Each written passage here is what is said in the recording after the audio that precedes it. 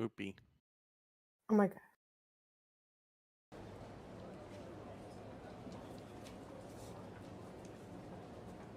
See, this is normal. There, I should be there. President Linkhold with the rip in the chat. What's up, dude? Welcome, everyone. Let me proceed to say everything that I just said. Got a little, we want to give you the airport feel today. Thank you for tuning in. Welcome. It's been a while, as you can see. We got to knock the rust off. We got to knock the rust off this ship, Try not to get stuck in the channel, Skate Mom, thank you. Welcome to the chat. Yeah. So if it's your first time on Twitch, we have a lot of fun here. We have a really great show planned for you today. This is all live. If you see there, you can enter messages in the chat. You can ask our guests questions. If you enjoy the stream, please drop a follow. A little bit about the travel agency. The travel agency is the channel that we're streaming on, and you're watching a show today from Art Brunch. Travel Agency's mission is to nurture a digitally native platform that hosts contemporary art making, produces art-centered entertainment, and provides digital residencies with multimedia exhibition opportunities for emerging artists. We like to present contemporary art in an approachable manner and provide tools and expertise to artists to share their practice in new ways. Art Brunch each week hosts a member of the contemporary arts community to talk about what's going on in contemporary art in a casual way. So I have a co-host here, Jake. What's up, Jake? Hi, Rick. How are you? I really had to knock the rust off of that intro. You sure did. You knocked it off. It's clean now. That was like not even top 10 intros. We're vibing, bro. We're good. We're still in the. But we're honest. Yeah. But we're honest. Yep. No, we're honest. We keep it real.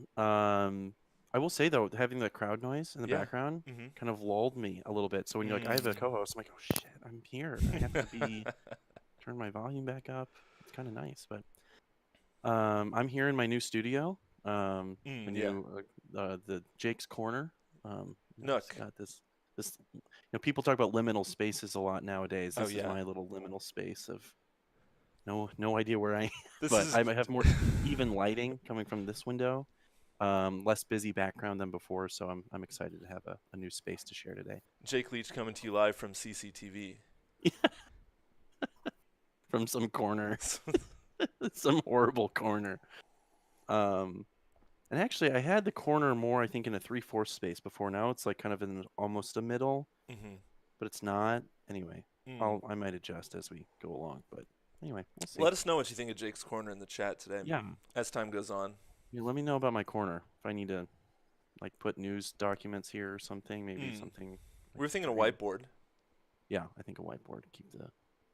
A whiteboard. Okay, truly though, I was talking about this a year ago. I don't think a lot of artists need actual physical studios. They just need a whiteboard. Straight up. A whiteboard really does solve 50% of what you need in a studio. If you need Rick, I know you have a ton of equipment that you use when you make your art. But beyond that, what do you need? A whiteboard. So how does what? Okay, well, we can get just into organize this your more. thoughts. That's all you need to do. That's so like a sketchbook. No whiteboard. No it's gotta whiteboard. Be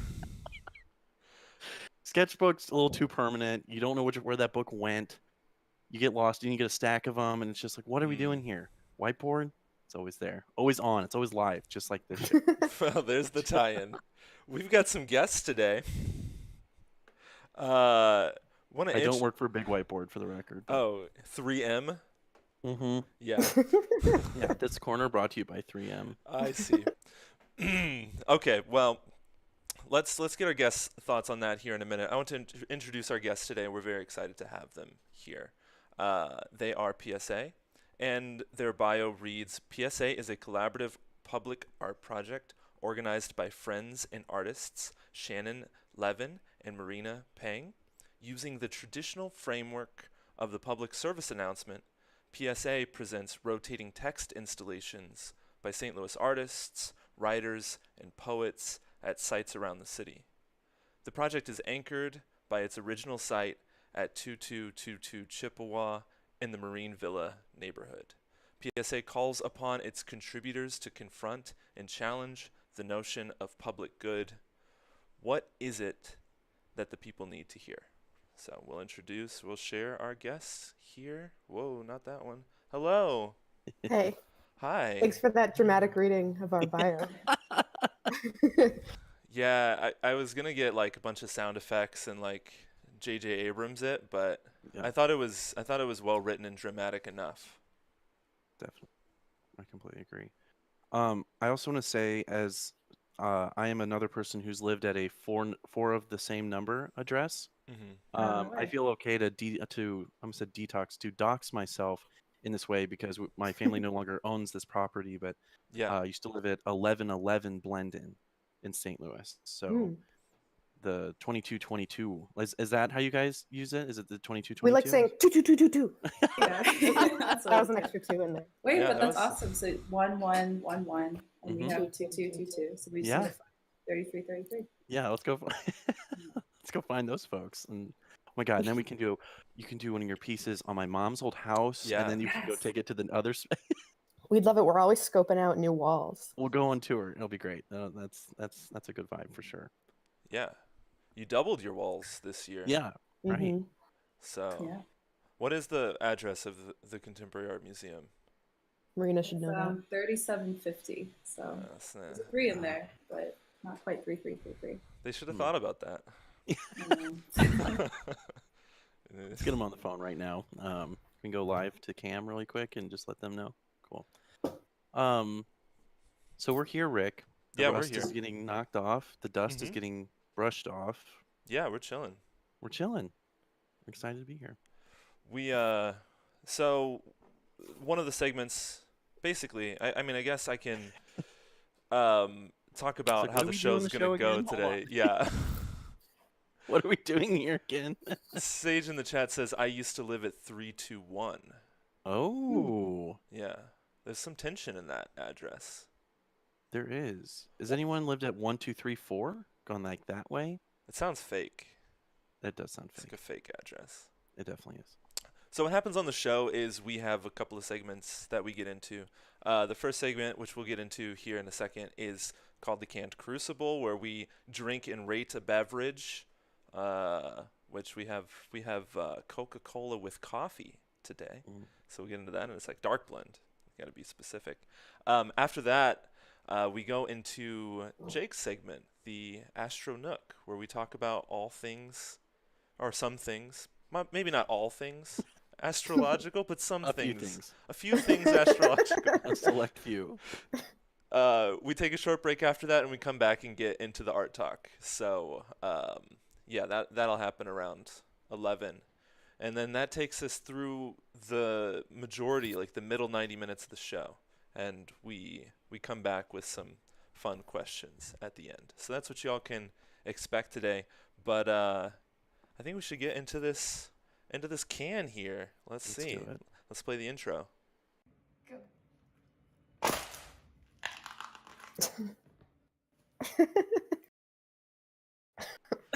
That cat is so scandalized. It's the Canned Crucible.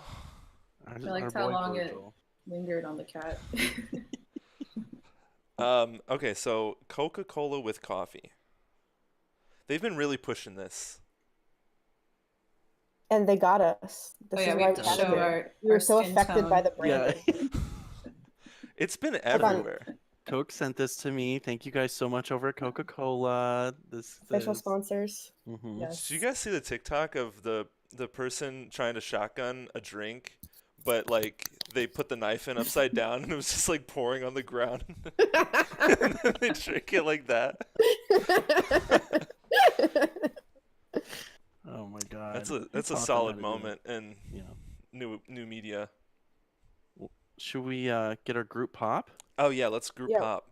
Okay, here we go. Wait. It has to be at the same time.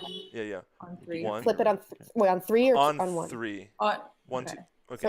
So, Okay. on 2, 2, 2. No go. Alright. It's just on the. It's not like 3 go. On the 4th 2, we go.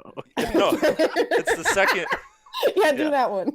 Okay. Okay. 2, 2, 2, 2. Oof, that was Ooh, nice. yeah.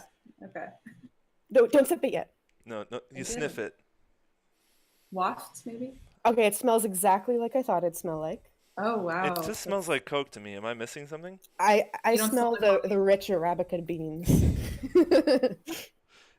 Anything you want to read off this can, Jake? Yeah, let's get a little bit of canned copy here in the chat. So first we have our dark blend Coca-Cola with coffee. Great Coca-Cola taste blended with rich, luxurious coffee. Coca-Cola with coffee flavored with other natural flavors. I do appreciate the can design. They have this like half-tone gradient going, so the red Coca-Cola is merging with the rich brown coffee. That is nice. The bubbles. Yeah, it was thoughtful. What do you think about the decision to put the brown on top and the red on bottom? Because that was like it means that hundreds of meetings. Oh, 100%. Yeah, I'm sure. Well, and I feel like the gradient is very it's like wavy. Yeah, it's wavy. That, which is fun. The yeah, dots we are don't nice. talk about can design as much. I mean, we do, but this is a good vibe here. I like the proportions of the can. Yeah, they want the energy It drink makes it feel fancier. Yeah. route. The dots of the waves are reminiscent of carbonation. Yeah. Oh. Yeah. I thought that too. Is it carbonated? It's a carbonated drink?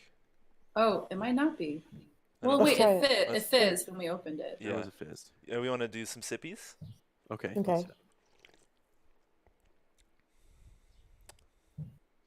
Was I supposed to shake this? No.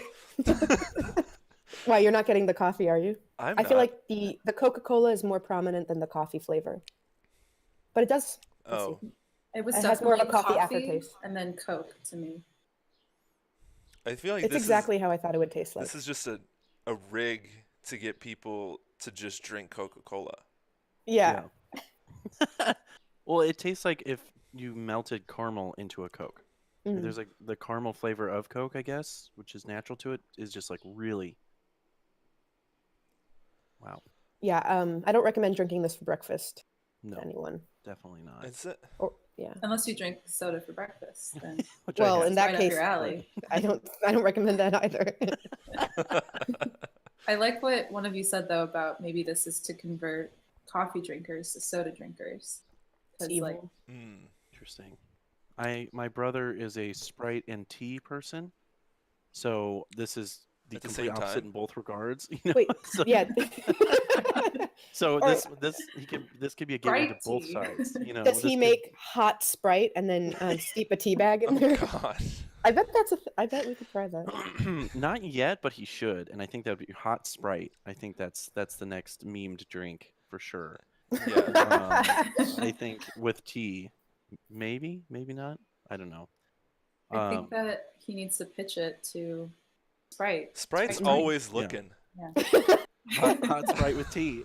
Coffee and Coke, Sprite and tea. There it is. Honestly, we're gonna patent that right now. We're doing a verbal patent. Thank you. This is ours now. So Denise in the chat asks, "Where's Virgil? You must have missed him." We played him. He made an appearance. There. We'll see if he'll make a IRL appearance, an IRL URL appearance here in a little bit. Right. He missed me. I was gone for a week, and then he rubbed up against me for 30 solid minutes last night. Is Virgil an animal or a human? It's my cat. Okay, just making sure. That's the cat you saw in the video. That's Virgil. Oh, Gotcha. the lingering cat. Yeah. The sweet boy. Got it. I don't taste coffee in this at all. Is there something wrong with me? Is there something wrong with my Wait, can? why don't we try something where we all take a sip and then we let it sit on our tongue for a couple seconds. Okay.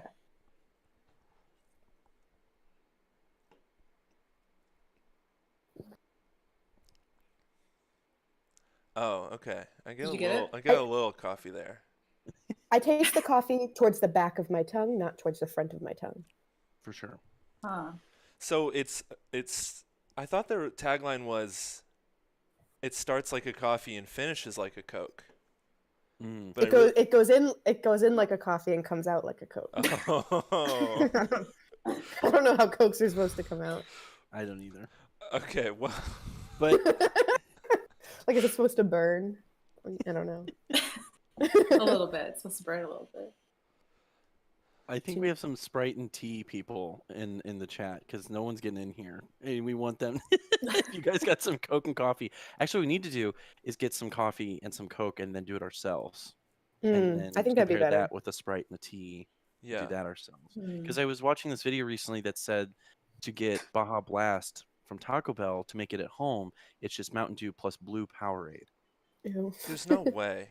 And there was That like makes some other sense. account that was like, what we do on this TikTok is to like debunk TikTok videos to be like, is this real or not? And they did it, and they're like, no, this is legit. This is what Baja Blast tastes like. So Okay. they've got that option as well for all of our drink heads out there. There are some weird drink heads on TikTok. Drinkhead TikTok is a wild place. They're not messing around over there. There's like a guy with a video with like 1 million views of him just mixing red and blue Powerade and just like chugging a whole glass of it. Like, bro, like Anyone can do that. it's like the two matrix paths, coming together in one drink. Like he's the ultimate being, Yeah. He solved it. Let's get into rating this beverage. What do you think about that? Okay. Let's get our Drinkhead TikTok on. Let's do it. The first metric that we ask for is for you all to rate this beverage on flavor on a scale of 1 to 1,000. 1,000. Wow. 1,000 being yeah, 1,000 like the being best flavor good. we've ever experienced. Correct. Has anything been 1,000? It's gotten weird. The ultimate question. I'd give it a 26. Out of 1,000. Oh, wow. It's just it tastes like Coke. But like, I feel like 0 is like the most absolute worst thing you've Yeah, that would be ever negative had 1,000. in your entire life. Okay, a scale of Yeah, what's negative 1,000. You have to take into account the absolute value. True. Yeah, this is actually Math Brunch is what the show is called. This is no longer Art Brunch. But... We operate on a number line for sure. Mm-hmm. That was my favorite part of math class growing up, the number line. It keeps it simple. Marina? I would give this 501. Oh, ooh, slightly average. Better than average. Priced is right answer, I feel like. I'm gonna go 444. It's just I like the number repeating, but I mean it's just there's not much here for me, unfortunately. I love Coke and I love coffee, but not necessarily like this. How about you, Rick? They're not going to sponsor this show anymore. I know. I mean, I love it. It's great. Sip and scan. OpenCoke.com on phone. Scan icon. Enjoy more. Did you guys see that part? Yeah, I did. Wait, how do you scan? Oh. There's a QR. Smart label TM. Is the QR code the can with the circle around it? No. It's not scanning. It's this. Oh, it's in the back. I'm sorry. It would be cool if they designed their own like Coke QR code. It really literally just tastes like Coca-Cola to me. I feel duped. I don't appreciate it. I think that this was like I feel like they made this whole thing just so everybody would buy it once and then they would make a profit. Yeah. Like I don't think anybody's like converting. Hey. Yeah. Hey. And you know what? We fell for it. And we did fall for it. I feel partially responsible. That's how I feel about this coffee. A barking dog out a window. That's really how I feel. Yeah, I'm gonna keep with the theme and give it a 2-2-2. Okay, there you go. I'm mad about it. I am too. Okay. The next thing that we ask our guests about the drink is how does it make you feel? What is the emotion that you get from drinking this drink? Does it remind you of? Where does it transport you to? No, for me, it reminds me of like 2005 when like Splenda was on the market. Yes. It's like the whole like sweet and low, Splenda, equal, and like that was the whole thing. I think that the finish of this is like bringing me back to then. It's definitely Splendified. And it's not even fake sugar, right? It's like full on high fructose corn syrup. 18 grams. 18 grams. I also get nostalgic feelings. This reminds me of drinking all of my friends' dad's Diet Coke whenever we went to their house. All the dads. So much Diet Coke like, in the house. Shannon been here. What the hell? Oh my god. I would go so far to say is Diet Coke tastes better than this. Diet Coke holds more for me than this. I don't like Diet Coke at all, and I like Diet Coke better than this for sure. This is. Where's your emotional state at, Jake? Yeah, I know. I need to be careful. The Diet Coke heads out here are wild. Yeah, I don't know. I'm going with no. My emotions are no. I don't like what I'm feeling at all. Like the dog barking in the window. Yeah, that's me. I'm just an angry dog in a window. That's how I feel. Yeah. You know, I was really hoping for more. A couple weeks ago on our last show, we had a Dr. Zevia, which is like a stevia Dr. Pepper, and it was just so full of nostalgia. Like Dr. Pepper makes me feel so good about my childhood, whereas the taste of Coca-Cola like reminds me of the bad times in my childhood. You know, like the excess. You know. Do you want to go in? Do you want to elaborate on that? Should we make this all about your childhood trauma? Yeah.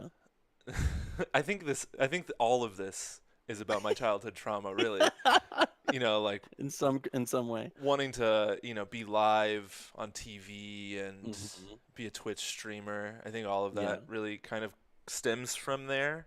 Yeah. But just specifically, I don't know. Coke is always like the drink that I drank when I wasn't happy with myself. Dr. Pepper was the drink I drank when I was having a good day. When I was a kid, soda man. So whenever you sip Coke, do you find yourself becoming just immediately self-critical? Yeah. That's just one sip. Everything I do is shit. It's just a stark contrast to how I felt with the Dr. Pepper last time. Yeah. Dr. Pepper doesn't judge.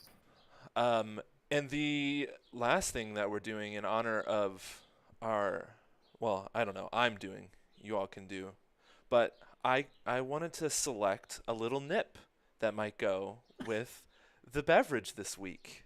All right. Just a little nip. We have our Fireball nips ready for Thursday. We sure do. But we got this Bacardi Gold nip. Because, you know, I was thinking Coke and rum is like the thing, right? Yeah, definitely. That's like the drink of choice. So like Coke and rum and coffee. I think that sounds like a vibe. So are you going to dump the whole thing in and like let it sit? Kind of like beer garita style, or how do you want to prepare it? I think I'm gonna dump it, but I can't sip it with it in there. The hole is not big enough. I don't even think the hole is big enough for me to dunk, but we'll find out. Well, Coke should figure that out with their chance to do that. But I don't have that rum on me, so Rick, you might have to solo dolo this one. Yeah, Rick, I can't say I'm going to join you. I'm sorry. That's okay. I don't want to vomit right now. Yeah. I'm on my own. You got it. Okay. He's got both. It does not fit at all. Okay. Okay, it's terrible. Is there a reason why a gentle pour is not okay? Like it has to always be all at once? Never understood that. What's wrong with a gentle pour, you guys? like why? You know, that's what's why wrong at the with bar society. they're not like, they're always just like, oh, it's like, yeah. I think there's like a timing thing, and you want to have to be like exact because it's like a 1, 2, 3. That's like it's a count. Oh, like the amount. I got it. Yeah. But I thought it was something about like it has to combine at like it has to be like this at speed. It has to combine at speed. Too. Can we get some bar folks in the chat? Where are our bartenders at? Where we got the coffee Coke people? It makes it taste like a tire. It tastes so you like love it. Like a straight up like a tire. Yeah. Tire. Yeah. Carboy Rick. All right. Cool. Well, that's what that was. Is it crushable? No. It's not crushable. Definitely not crushable. not doing more than one of these anytime soon. Not back to back, certainly, even on top of that. But well, sorry, and that was Coke. canned Crucible. That was coffee Coke. Yeah. So if you're out there and you're curious about it being sold at every corner store and on sale everywhere, yep, it's a joke. Now you know why. Yeah. They can't give it away. Oh my God.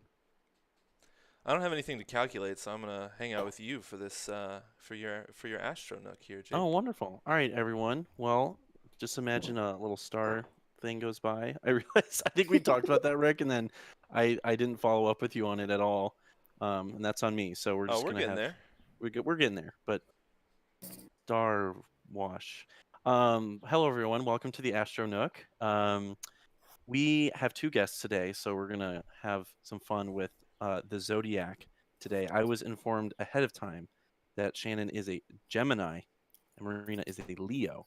So first with what we like to do is kind of give everyone a taste for who we're talking about in this world. And I think what better way to show off the signs than to know what rappers are which signs. I think that is the best way to go to get that picture. So for Geminis, we have Tupac, Kanye West, Trippie Redd, Fetty Wap, Notorious B.I.G., Kendrick Lamar. We have Takeoff of the Amigos. We have Azealia Banks. No, that's not surprising. Yeah. So I mean, that's like top 10 people right there. And Leos, we've got Lil Pump, Lil Uzi Vert. We've got Soulja Boy, Young Thug, Nipsey Hussle. We got Chief Keef, Bobby Shmurda. He's been freed. That's wonderful. Stormzy. Who else? Like two more. Or Fat Joe, Young Dolph, and Coolio. Oh no, Lil B. That's where we're stopping. Lil B. Very based. A few Lils in there. Yeah. Very different set of rappers there. Definitely. Yeah. And I found that fire and air signs, which Leo is fire and Gemini is air, a lot of rappers in the fire and air sign spaces. Not so much in the water signs. I'm a Pisces myself, and on our show Club Stars Align, to which I and my mom are residents on the travel agency. Check us out this coming Thursday. I went through the Pisces rappers to prepare my DJ set of all whatever the sign is rapper set. I was like, I don't like any of these people. I'm not into anything that they're putting down. They're too sensitive and soft like me. So we skipped that, but we have Aries coming up next Thursday. And there's tons of rappers in that space. So again, the fire sign, which is an Aries. Anyway, so a fun thing we're going to do, instead of talking about an individual artist, we're going to talk about your guys' compatibility as Leos and Geminis. And this is just off some very brief Googling, so by no means am I a master of the craft. This is not an academic space for astrology. But two things that come up here, I think we should start with, we ascribe to the vibes business vibes model here at travel agency. So I'm going to start with some vibes, then do some business, then end with vibes.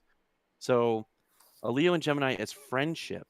It says that these two signs get on famously as friends. Leo and Gemini signs are both extremely outgoing, and they love finding new activities to do. And some of those activities they have listed as a day at the beach, trying out a new local hotspot, or whatever sounds thrilling to them in that day. So I'll just pause there. Is that like the outgoingness? Is that what maybe you all can like ascribe to one another? Is that what brought you together, perhaps? I think we're outgoing together when we're together, but I think when I'm apart, I'm not outgoing. Okay. We met because we were both not outgoing, and we found each other because we didn't want to socialize with anyone else freshman year of college. Yeah, you're right. So the opposite. Yeah. Okay. So I mean, it makes sense because it's like that's fire and air together, and like air within fire begets more fire. So in this kind of a shared passion of burning.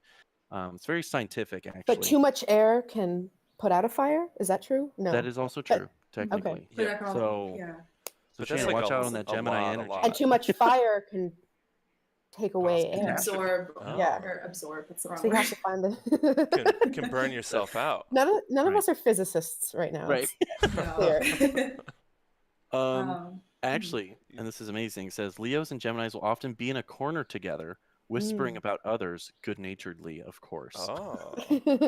Yeah, like saying like, right. oh, she looks so cute tonight. Oh man, look how like we just compliment each other from the corners. It's positive gossip. Like it looks bad, and you're like looking around being shifty, but what you're saying is actually very sweet. Oh, I like that. Yeah, we definitely do that. We'll like Shan will see some cool shoes on someone. We'll be like talking about them. You're like, come to the corner, quick. Into this corner in the limited space. Although it says Geminis can be a bit flaky in all relationships, which can affect deeply loyal Leos. Deeply loyal Leos. Direct communication can be necessary to ensure everyone feels heard. So. Yeah, I would say we have to continuously talk about what our communication styles are and what we need from each other and what we don't care for. Like one time I had to confront Marina and say, I wish you wouldn't FaceTime me without any warning. And just all of a sudden you just show up in my space. Yeah. And it's just and I responded well, right? I stopped FaceTiming you with no warning. Yeah. Yeah. See, this is what we want to get into in Art Brunch. Like this is the nitty-gritty we're looking for. And I think that's kind of getting to business is being understanding of one another. So we went with the vibes, now we're in the business. So it says Leo and Gemini in the workplace. It could be the creative space. Do they work and get along well? In most cases, yes. Geminis are smart and creative, but they can be prone to self-doubt, which makes it hard for them to move forward in their great ideas. Leos, however, are brimming with self-confidence and will get fully behind Gemini's ideas.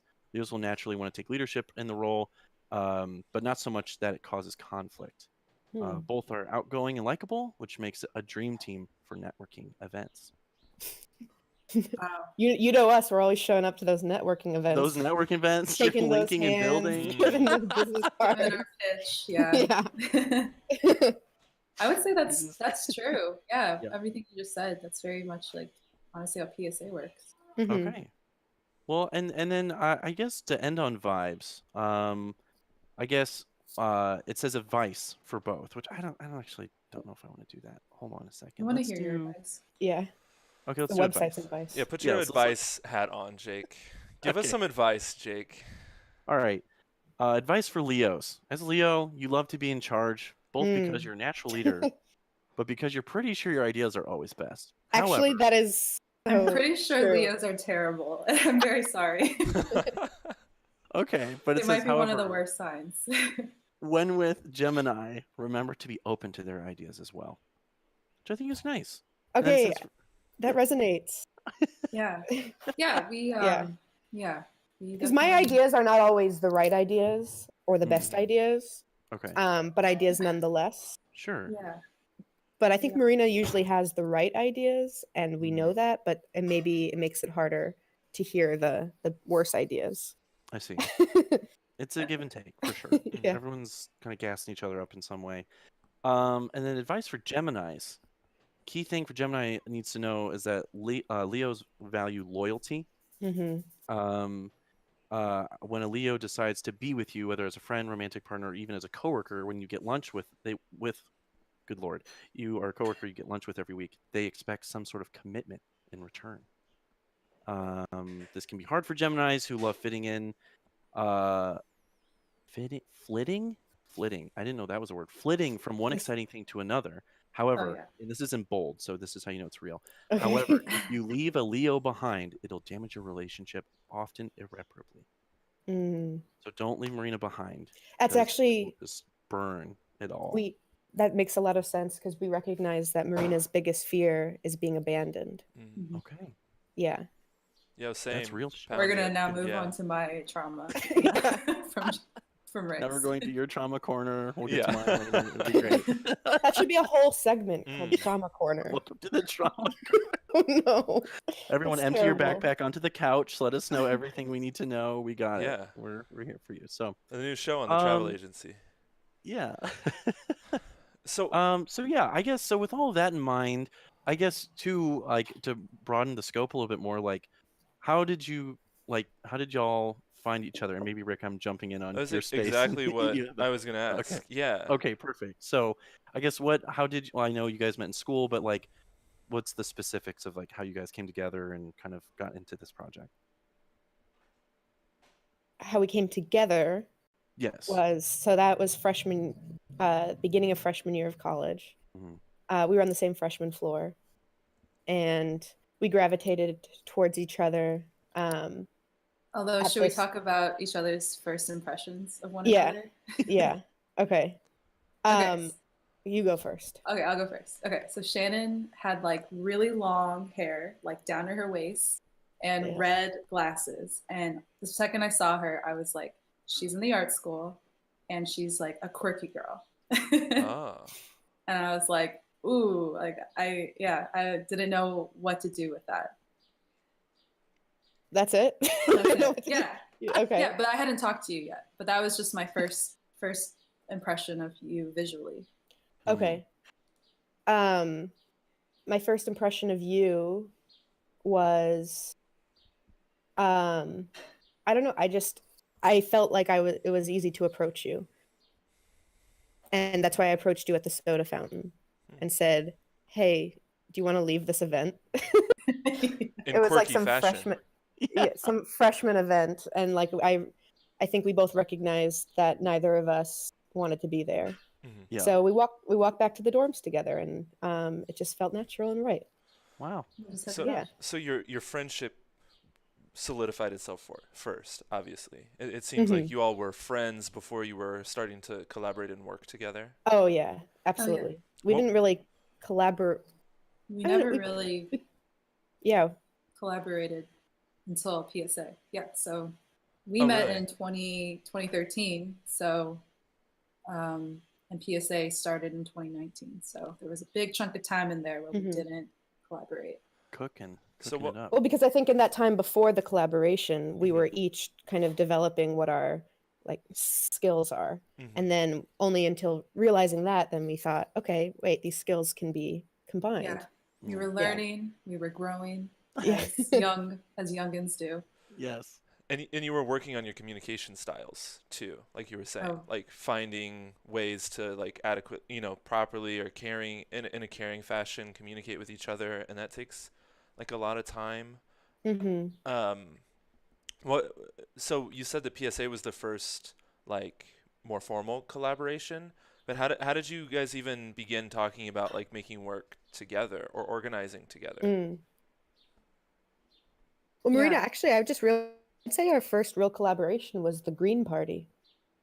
Oh, let's hear about the Green Party. Wait, well, okay, when PSA definitely the only like official collaboration, but all through these years, Shannon and I have always like came up with weird ideas and like tried to like bring them to fruition, but they were never long-term projects, just more little experiments. Yeah, we had this awesome thing going where we made a list of like bizarre dinner parties that we wanted to hold. Just like cube, the weird all the food had to be in cube form. That was one. All the food had to be hanging from the ceiling, and you had to eat it like this. Yeah. A blue food party. Yeah, but we ended up actually pursuing the green dinner party, where all the food was green, all the people were green, the music was green. People were wearing green. We didn't paint ourselves green. Okay. I was like, are they new? Like that phrase is like, oh, he's green, going to each other. What was it about that idea that allowed it to take root and to actually come to fruition? Like what made that one different than the other ones for you all? I think green's a very accessible theme. And we started listing all of the foods that we could prepare. Yeah. It was very practical idea of ours. And I was just moving apartments then, so we were like, oh, we have an occasion, because like otherwise we're really bad at coming up with occasions. So so it was like a green housewarming, and we invented a new ritual that night, which a new housewarming ritual, which is you take an onion, any onion, yellow, green. White, Maybe we should have done no green. No green. And so this is unrelated to the green theme, but it's it's a housewarming ritual where you have your friends over for the housewarming. You pass around the onion. Everyone has to kiss the onion, and in doing so, they're also wishing you well in your new home. And then once everyone's kissed the onion, you keep the onion in the freezer until you move out. And so the onion contains the well wishes of all of your loved ones, and it kind of blesses the house while you're living there. I love that. That's so. I like the idea of like freezing a sentiment literally within like something like an onion too. It's I think it's just enough to like someone's like looking for a popsicle or something like it's in the freezer, and you're like, is that an onion in the back corner? Don't eat that. Don't touch it. Those are my well wishes. My wishes. You'll take them, but I love how this keeps going back to Shrek. Oh, it has to, right? Ogres are like onions. They are. They really are. Honestly, Shrek does come up quite a bit in this world, and I'm not like you. I'm not super into like, remember Shrek's also when green, nostalgia stuff? by the way. Also green. He's green. Oh my god. He'd probably have a green party, honestly. Yeah. But, yeah. Shrek comes up very naturally here, actually, a lot on the show. That makes sense. That makes sense. And where on the in the timeline, because we said between 2013 2019, when did the green party happen for you guys? That was fall 2018, so I guess just a year prior. Yeah. We were easing into our collaboration then. Yeah. Gotcha. And how many people are coming to these dinner parties in general? I want to know how much food you're having to prepare. Green party was like 25 people. Oh, sorry. Exactly. It was a full house. 1 dozen? It was my house. Yeah. Yeah. I guess there were some people in and out. Also, like, you said dinner parties, but this is the only one we've ever had. Like we've never. Oh, okay. Yeah. I have dinner parties all the time. You have dinner parties, but we haven't gone back to our list of bizarre dinner parties. Okay. So So not. Now's not the time. No, definitely not. Other things to do now. Yes. So, are there any other notable like half collaborations between Green Party and PSA? Because I know in Jake and I's relationship, we've gotten like more serious over time, kind of like with our collaborations and like getting into, thicker and thicker projects. So I'm curious about that, how that process was for you all. I mean, we play a lot, but that's a form of collaboration, playing together. But never, PSA was the first time that it was, this intentional long-term project. Can you think of other times our art has collided, Marina? Our art. Well, for some reason, the only thing I could think of is those weird duster mitts we bought from Home Depot that we were going to turn into clothing. But we didn't. We never did, but they're there. We have them. I think we just kind of like in the play thing, it's like we just like kind of hype up each other's like creative ideas, and it's usually kind of outside of our practices, but that's like why it's fun, because it's like on the side, and like PSA is like the more like legit thing, and then so like we need time to play and like remember how much we like collabing. Yeah, absolutely. So are you thinking of PSA still in that framework of play, or has it morphed for you? I think it's more structured than unstructured play. Yeah. But I think we leave it open to evolve. I feel like we don't keep it, it's not rigid. It's not like every time we're like to our collaborators, you have to do this, or like we have to do this thing. We set constraints, but then we expect those constraints to fuel creative ideas. Definitely. Yeah. Yeah, that's awesome. I think that, I definitely agree, and I think that for creative people and creative projects, like we understand that constraints are also like very freeing in some ways. If you said to your the artists that you're working with, like, anywhere between like 5 and 5,000 words. Yeah. That wouldn't be fair to our collaborators if we gave them just no direction. Right. Yeah. Yeah, and as these projects become more serious, you have to take more responsibility. Like a green party can be a green party, but then when you start to like involve other people's work and their legacy, then I think you really quickly find yourself in a different space. Yeah, that's when the food hangs from the ceiling for sure. Oh yeah, that's the next level. Where people are signing waivers, you know. Yeah, no, for sure. When waivers are involved, absolutely. Yeah, you don't want to get hit with a flying jug of milk suspended from the ceiling. Shannon would love that. That's exclusively why I was into it. I wanted to get wrecked. Oh my God. Well, I think that puts us into a good spot for being able to kind of let this breathe, take our first break, and come back and get more detailed into the work that you all are making, but also organizing with your collaborators and with the artists that are a part of PSA. So I'm going to switch. Thanks to everyone tuning in so far. It's been great. It's been great to be here. Been great to have you all back. We're going to take a short 10-minute break where we're going to recharge, and I hope you all recharge too. We're going to come back and get deep into the art part of the conversation. So if you're enjoying the stream, thanks for being here. If you want to support the channel, you can follow the stream, and that really helps out. So we will be back shortly. See you soon.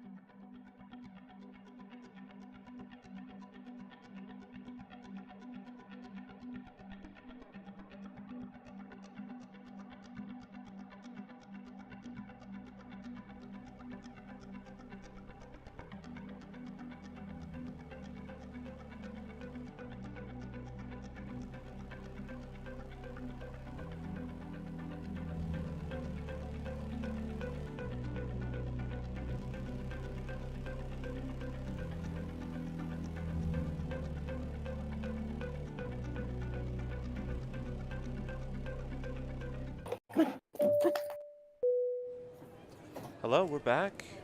Welcome back to the show. Thanks for sticking around across the break. We're here with our awesome guest today, PSA. If you have any questions for them as we go through the art-centric portion of our talk today, drop them in the chat, and we'll get to them at a time that makes sense. Feel free to, be involved over there. So back to it. Oh. Should I keep my camera like this the whole time? Yes, there we go. So Did you hear that growl that he did? But it was just Rick on the screen, so it looked like maybe his stomach growled or something. Yeah. I was thinking this joke can go like 20 different ways, like Shannon animorphed a little bit, or like latest collaborator. We got Puggy. Oh, just immediately comfy. Yeah. He's a collaborator. Yeah. He comes everywhere with us. Mm-hmm. Oh my goodness. Everywhere. Yep. Yeah, what's his sign, by the way? I don't know when he was born. But his adoption date was February 16th, so I don't know what that means. Pisces or Aquarius, which Pisces brethren in me, if that's the case. And So I makes guess sense. I could feel that's the birthday of our relationship, so I guess you can characterize that. Perfect. Absolutely. Yeah. Yeah, I was looking up this Brussels Griffin thing, and wrong one there. Right. Okay. I've definitely seen these dogs before. The way that this looks, like this so picture noble. is amazing. Yes. Very astute. Wow. Like, doesn't he look? He looks presidential. Yes, very much so. Like he has what it takes. Yes, like a ambassador to some place, to a country, to Brussels. Brussels. Yeah. I cannot get enough of this picture. So I'd really like to know the actual pronunciation of the alternative name for that. We'll work on it. Petite something. Oh yeah. Barbican? Is that what it was in? I think we've been saying it wrong this entire time. Okay. I'm not sure. Well, our real dog heads out there, they can get us in the chat. There's also a Griffin Bruxiolus is the breed of the toy dog. There's another name. That's the scientific term. I was going to say that sounds Bruxellis. So perfect. Get into that.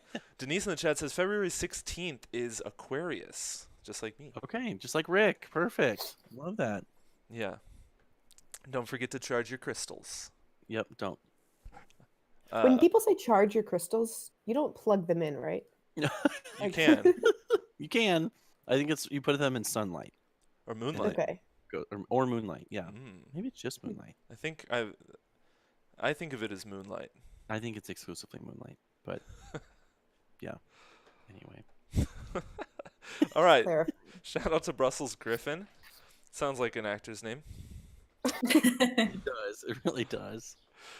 But yeah, let's get back into this here. So I read the first part of your bio at the beginning of the show.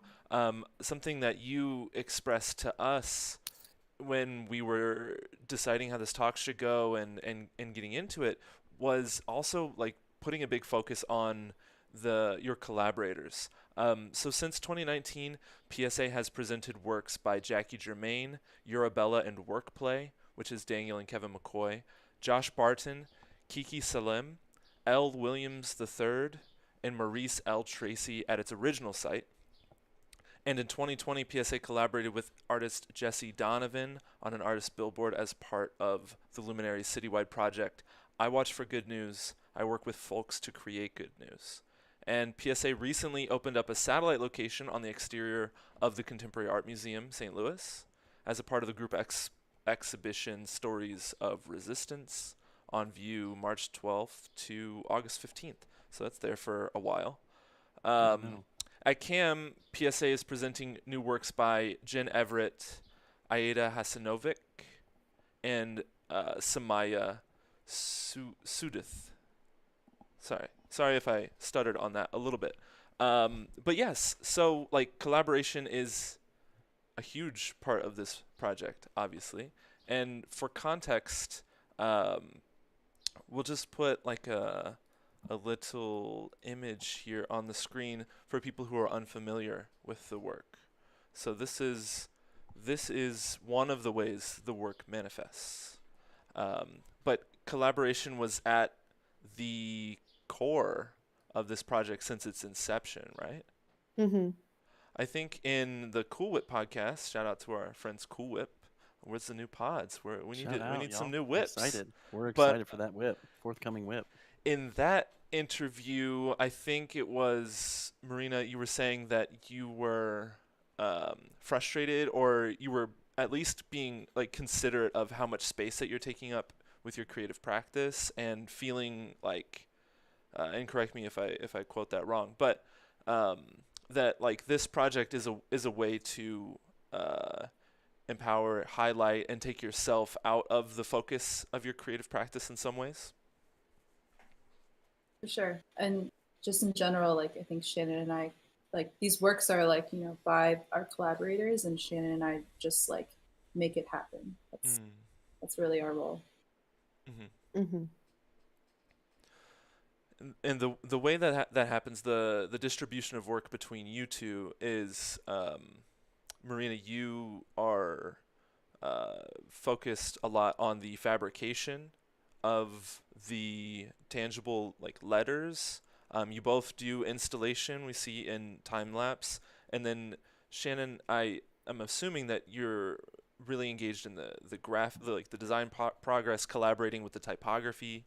Is that an accurate description of the breakdown of your workflow? Yeah, I'm the design consultant. Okay. Actually, in this case, what you have on the screen here, this is the installation by Workplay. Kevin McCoy, who's also a designer, he kind of took charge of the design of this installation. Oh, okay. I wanted to give him a shout out there for choosing a really cool typeface. Great. Yeah, and this project was this idea something that you were working with pre Luminary Futures Fund Cycle 1 proposal, or was this something that you all like really kind of formulated and focused for Futures Fund? Yeah, when we found out about Futures Fund, both of our antennas went up, and then we looked at each other. We're like, should we? Yeah. And then several drinks at TikTok Tavern later, we made PSA. Yeah. Nice. Yeah. We didn't have any idea of what we were going to do. It was just like when the opportunity to apply for the funding presented itself, then we were like, okay, we should come up with something. Mm-hmm. That's awesome. Yeah, so for people who don't know, the Luminary does these cycles of future funds, which is a regranting initiative from the Andy Warhol Foundation that gets money into like really awesome specific projects here in St. Louis that has an impact on the St. Louis community. Luminary is doing really, really great work with that. Okay.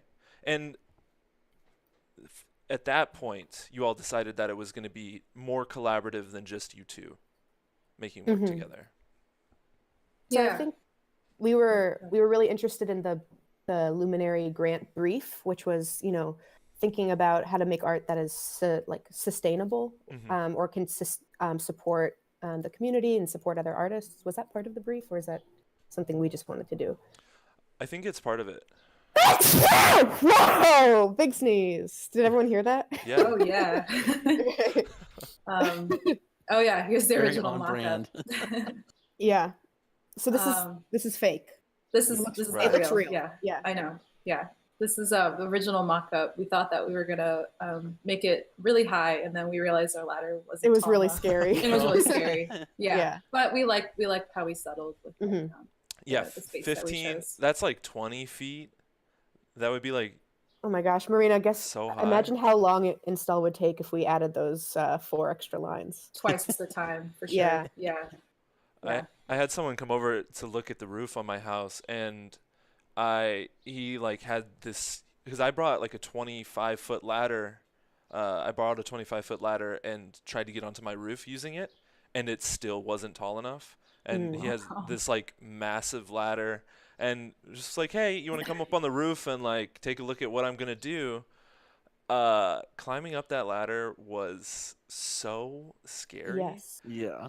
And then the transition between like the last rung of that ladder onto the roof, I felt like I was like I was like a baby in a pool, just like breaching the water. Yeah. I don't know. Maybe y'all would have got used to it, but that 25-foot letter that top line there would have been Yeah. a That'd be whole a vibe. lot. I'm gonna take it on. So yeah, we see that, like for instance in this picture here, some of so this is actually a picture of our first installation that was overcome by the wind. So you can see wow. it's yeah. we didn't. It says it I dan iru. This is not a Latin text. This is just this was your lorem after a ipsum. storm. Yeah. This I was love Jackie how we're yeah. I love how we're Jackie starting Germain's, with like installation. we're starting with like this Shit that went wrong. And Yeah. Your collaboration with Wind. Yes. Yeah. Local artists here in St. Louis. But we do want to give a shout out to the neighbors of the Marine Villa neighborhood, because every time a storm came through and knocked some letters off, neighbors would notify us or like would collect the letters, put them aside. So we're really grateful for the neighborhood for supporting the project in that way. We have never, or in that installation, we never lost a single letter. They always returned. Like people would gather them, bring them back. And, So it's really a community effort. It's like when someone loses a hubcap, they put it just right next to the pole, and it's just like, hey, probably remember you lost it here. Maybe you won't, but the hubcap's gonna sit there right next to the pole, and you might get it. We don't know, but I guess there's a form of contact that's like, if you lose a letter, please contact this, or is that like on the back of the letter? Yeah, we should put little. If found, please call. Yes, precisely. Yeah, exactly. We'd be getting. No, what were you saying? We'd be getting text messages from people saying like, "Hey, we found your pee." In quotes with well, I'm chomping at the bit for this kind of thing about this project, because I personally am really curious about the public aspect of it, and so I'm curious of like what your guys' experiences maybe individually and then collaboratively about, I guess, either in like where has public art been in your mind, and has there really ever been a space that you've put work forth or even collaborated with people prior to this in the public space? Do you want to go? I don't really have any experience of public art, but I think that was the reason why I wanted to do apply for Futures Fund, because I was like, I think that the galleries, while beautiful, they're not necessarily engaged with by like the neighborhoods they're in.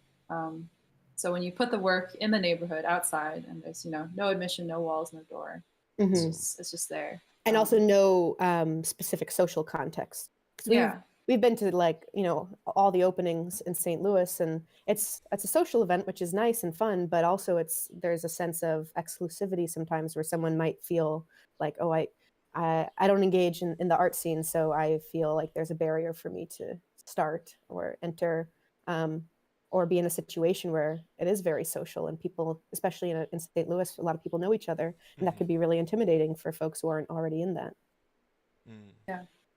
A big thing for us is we don't do programming or openings really. Like it's just like it's there. We're just like, it's up, y'all. Go get it. Yeah, exactly. So there's no congested like opening day where like everyone goes only then. They talk to each other. They don't look at the work, and then they like leave and never come back. Yeah, we try to avoid that. I'm sorry. I'll go ahead and just ask the question. I'm sure you're asked in every interview, but how did you decide on that space first? Like, what was it about that wall? We have a good friend, a generous friend. Yeah.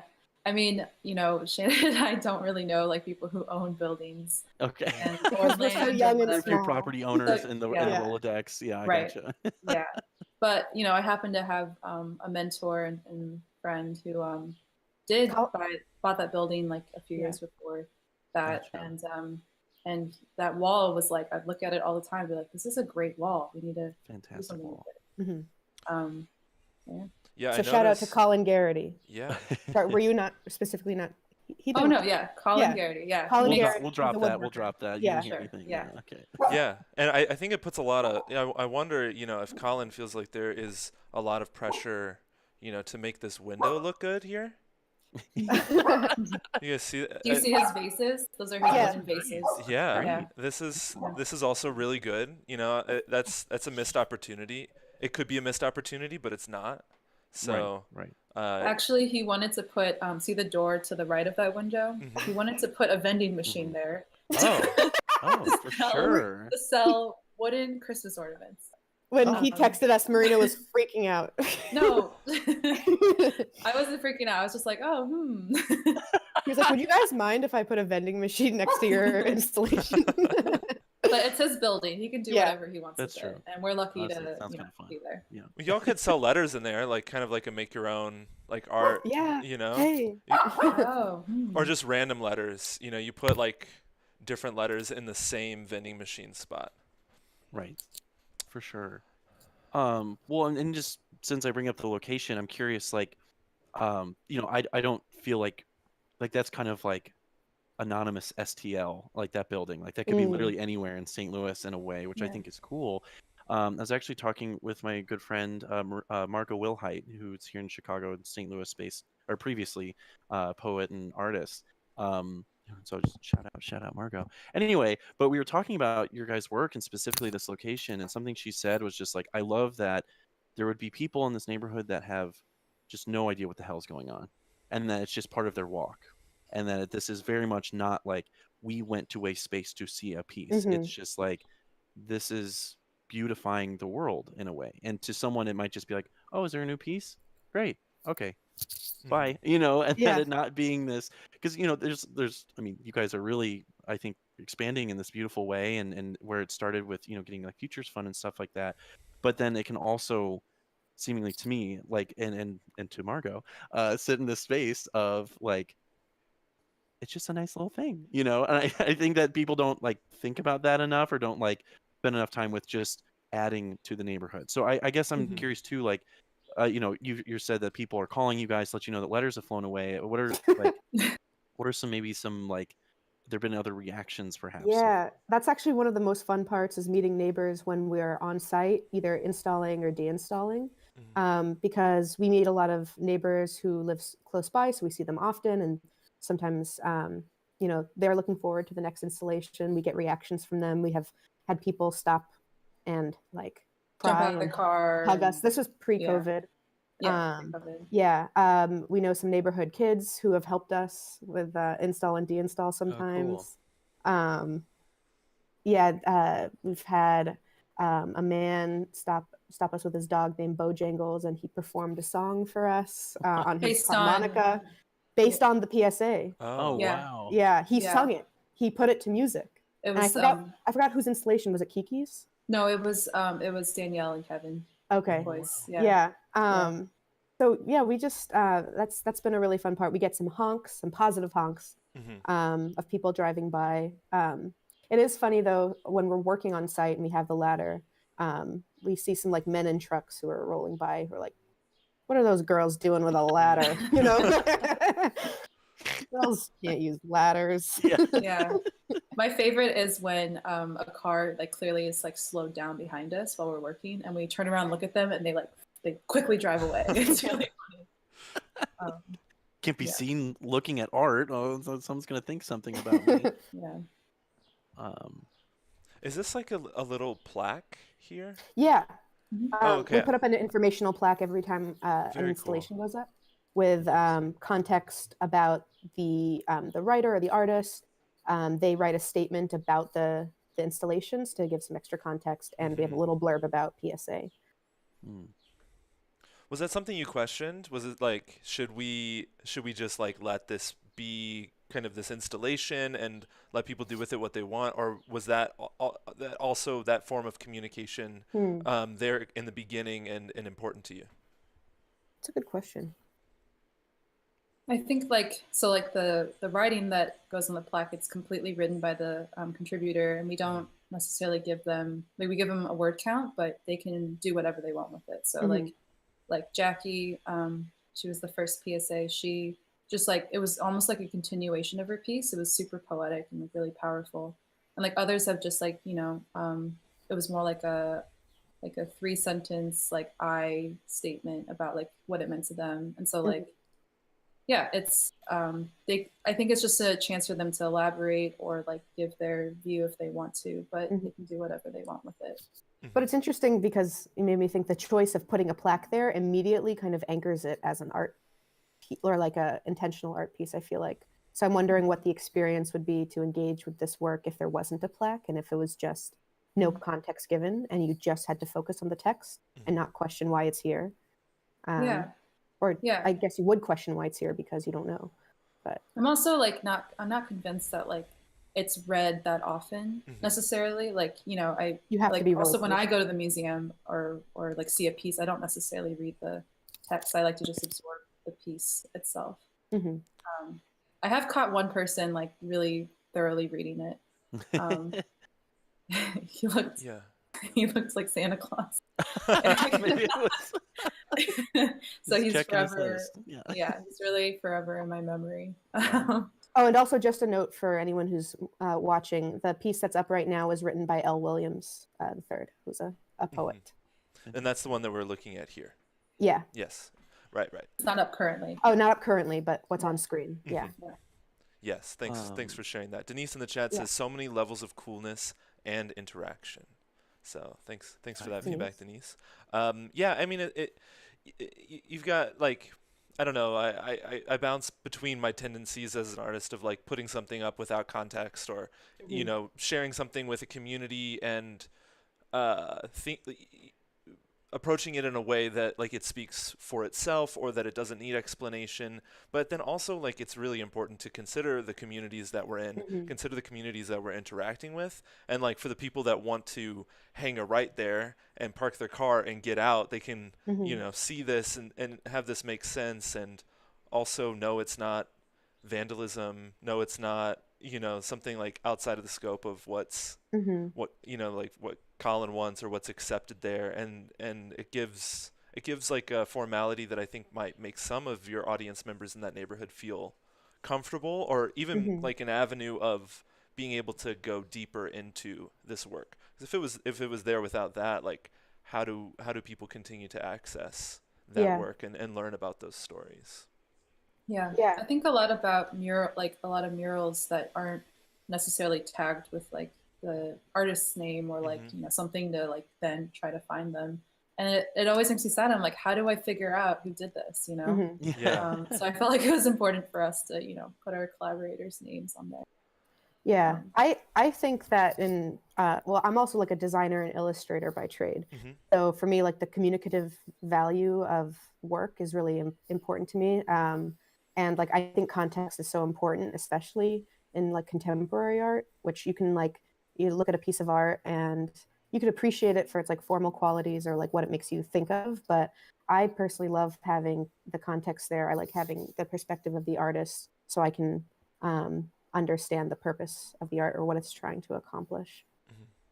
Yeah, and it's another way of shifting the conversation from shifting the conversation from PSA to the artist as well. Like if this was just, I'm agreeing with you there. I've been thinking a lot about like I guess the aestheticization, that's not a word, of like public art, because especially preparing for this kind of thing, that there's a lot of, in Instagram world or something where someone will put something up, like I could think of like you guys being on the farthest most like earnest, cool, breaking the mold sort of, and then on the far other side is like those big giant wings that are like on the side of brick walls, like in Nashville, that like and gets like these photos or whatever they may be, and like that's still people participating in art, which is beautiful. Exactly. So to say like for me to like have an opinion about it is kind of silly, but then like the context of like let's say a Nashville Wings thing, that like they'll just be like just the person's like Instagram handle or something, and that's it, like painted which into like it. I would poo-poo per se than like having an actual plaque or something. But at the same time, like I want to know who did it. It's like even as formal as this plaque may be, like can you drop the can you drop the IG handle too? Like I want to follow your work going forward, and like the use of QR codes and stuff like that, and there's a zillion things going on in there. So I guess I'm curious, like from that perspective of like let's just let's just go with like the social interaction and how people like document it for their own use. Like, how have you guys wrestled with that kind of context, especially because this work is, I think, far more like, I guess for lack of a better term, like political. It has space where someone's like really trying to say something. It's not just kind of it's not wings on the side of urban chestnut. I'm sorry, it's just not, Yeah. no shade whatsoever. Marina, that's something we talked about when we were working at the beginning of the project. We're like, we don't know how people are going to engage with these. Like, are people just going to, take I don't think we imagined that, because I think it would be really inappropriate for some of these installations to put yourself inside of the picture, because it's really about the text. Like you just had Elle's piece up there, which was a eulogy, basically. So I can't, I think we expected that people would experience it in a way that is meaningful to them, whatever that may be. Yeah, when I, when we scroll Instagram and see if we've been tagged, or like maybe sometimes we check the neighborhoods geotag, we'll like see images that people took and pop up there, and they're not usually selfies. Actually, they're usually just a photo they took of the wall that they wanted to share, and like also like just in our like physical experience there, like we'll be there working, and like we'll see someone walk by and like take a photo of the work, and not like not this kind of thing. But it's funny that you bring up Kiki's now, Kiki Salem's piece, which I feel like is totally so much different than Elle's piece. Right. This one feels it is meant to be empowering and implicating the viewer and the reader in a very direct way. So I feel like, and maybe more people took pictures of themselves in front of Kiki's piece because of that empowering aspect of it. Yeah. Also, I guess we can like talk a little bit too about like the digital audience. Like I think Kiki's particularly, this one was like reshared so many times, and was just like, it was really cool to see how far it spread that way. They didn't have to be there, to take a photo. They could just share the image that we took. But for them, it was like sharing her PSA. There are a couple of things. Yeah, I wanted to bring this up because I thought it was kind of the most contrast of like, this is one that I saw a lot more interaction with on social, or a lot more people kind of like being a part of this image. I feel like this speaks, like this is one that you step into and you can own this message for yourself and engage in this message for yourself. And there are a couple of other things that change with this one. The banner style of the text is very unique and divergent for the scope of what we see PSA typically do. And and then I'm not actually sure of the timing of this, but I think that looking at this one and then also looking at Jesse Donovan's billboard, and thinking about them as like similar materials as well. So there's like this banner material, and then this like I think most often billboards are kind of like this tarp-like banner, vinyl tarp material, and we have a detail of it here. Okay. That's hand embroidery by Kiki. Oh, wow. That was a nice touch that she added to it as well. Yeah. Kiki works a lot with fiber arts, so. Yeah, maybe that's why we were kind of drawn to working, we talked about doing banners with her, and she was really on board. She also like does tapestries in her work and a lot of fiber, so I think it really made sense. A big part of the banner decision for Kiki's work was because we wanted to accommodate the Arabic text, and so the way our infrastructure set up, it would have been difficult to cut out the Arabic text and place that. It wouldn't have fit on the wires so well, so that's why we opted for a banner approach. Oh wow, that's super interesting, and I did not make that connection. So the framework of it is this like 3-wire, kind of like how you'd practice cursive is how I think of it. As it's actually just two wires per line. That's what we set up initially. Which means, so that sets up a constraint for us when we're designing and using typefaces, is that you have a baseline and an X height. So in typography, the X height is like, or the cap height, sorry. Like basically the letters have to reach the bottom and the top wire, which for a long time we thought we wouldn't be able to accommodate lowercase. And then we realized that we just have to use a different typeface in order to make sure that lowercase letters could reach the height of the wire. Mm-hmm. Yeah, it's really nice to like evolve our process and like realize that things that we didn't think we could do early on, like that we could do them. Yeah, we've learned a lot from installation to installation. Yeah, and the other major connection that I'm really interested in at this point is how you think about this work in the context of like both graffiti, advertisement, and then billboards, as we can get to the to Jesse's work, but also the billboard was often painted on the side of brick buildings here in St. Louis too. And thinking about, Shannon, your design practice and how design and illustration are very connected with advertisement, that this work occupies a space kind of in between graffiti and advertisement, and I'm just curious, like, how you all see that relationship.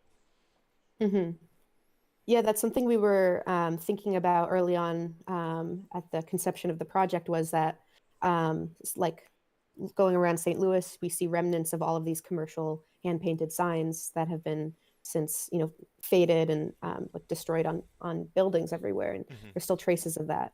And that was part of the visual vernacular of St. Louis. And so in a way that we wanted this installation to follow that tradition as well.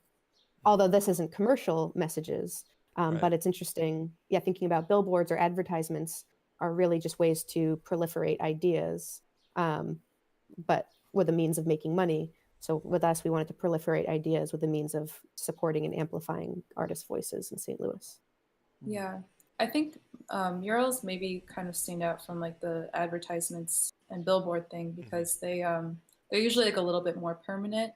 It lasts like quite a long time, and for us, like we wanted it to be like temporary, is like what we called it. So each piece is up for about 2 months, sometimes a little bit more.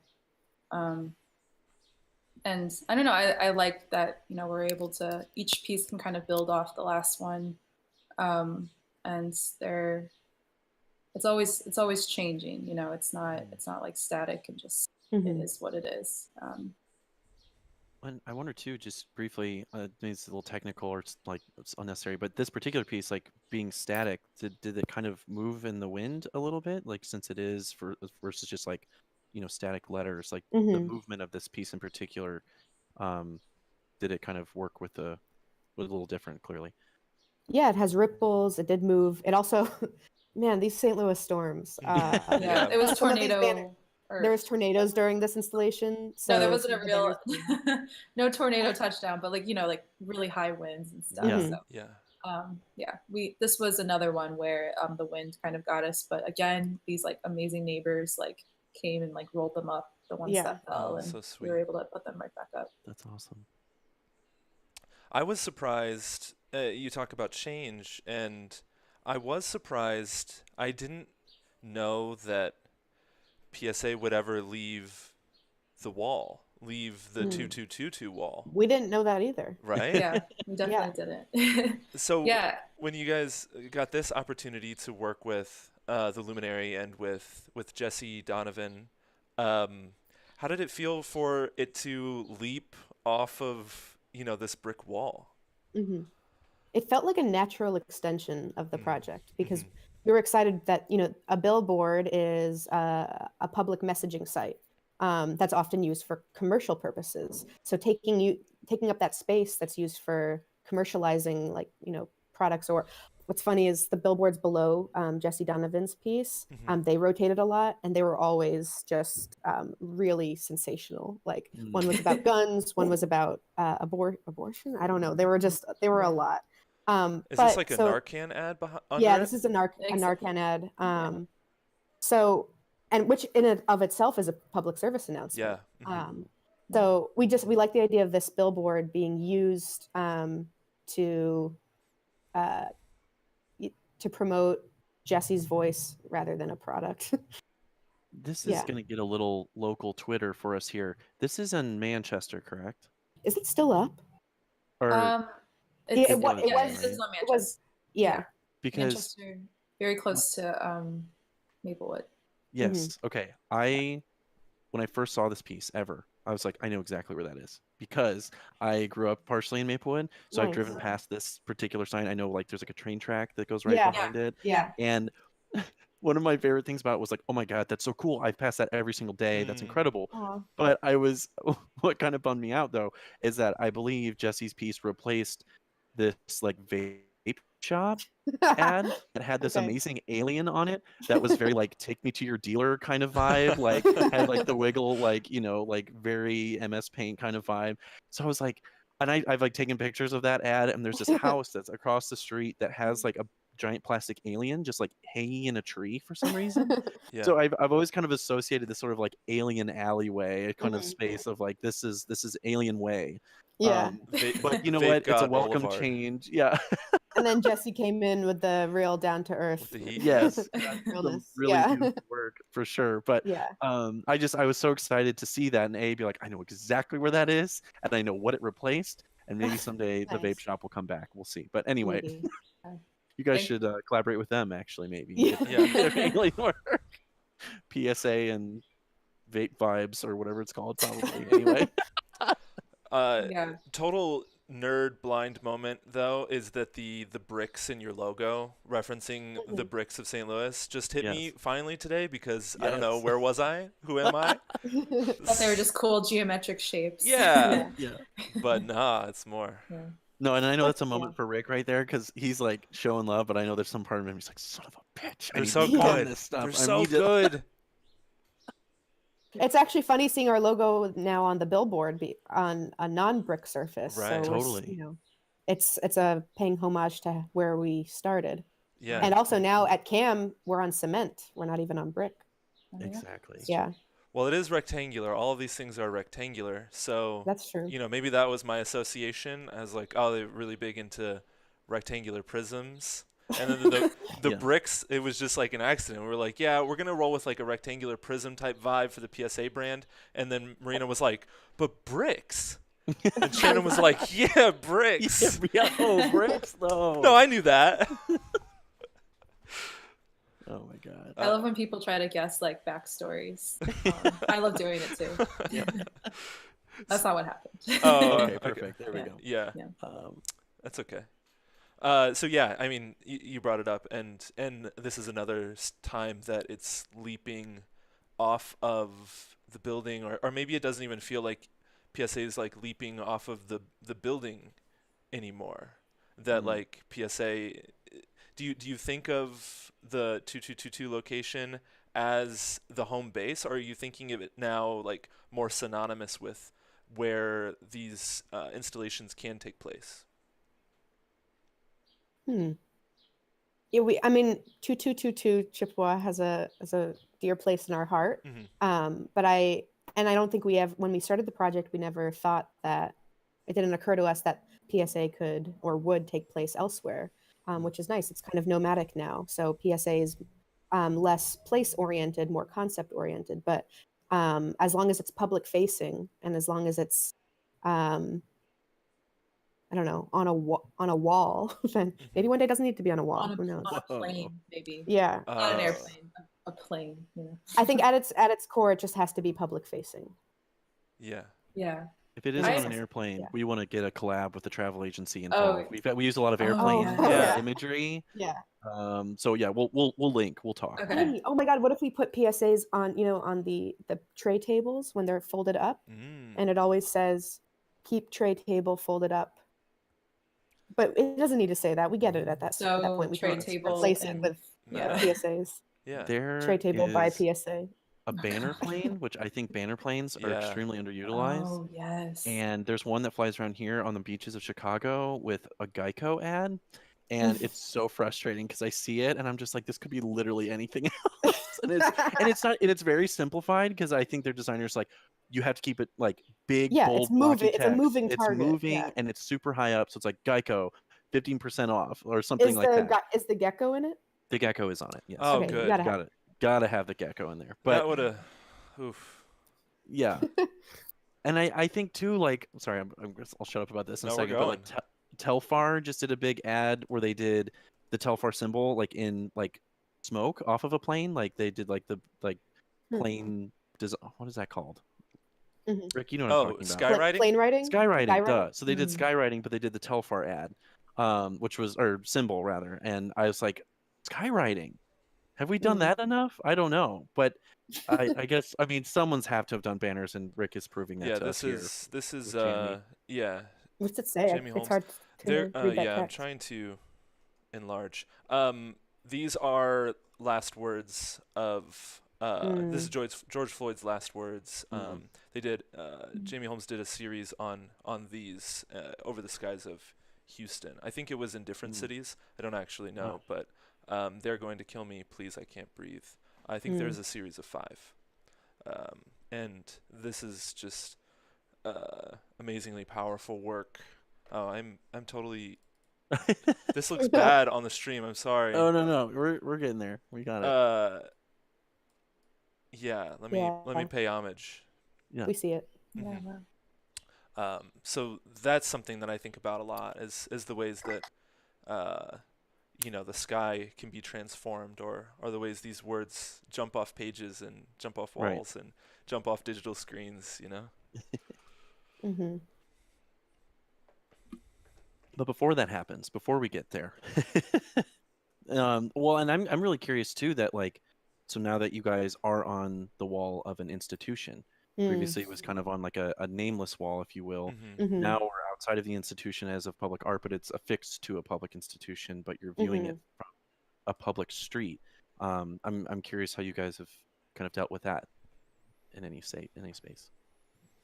Yeah, it was interesting when Cam reached out to us and invited us to participate in the exhibition, and we didn't know they didn't have a specific placement in mind, and so we met with the curators and did a site visit and took a look at various sites on and around Cam.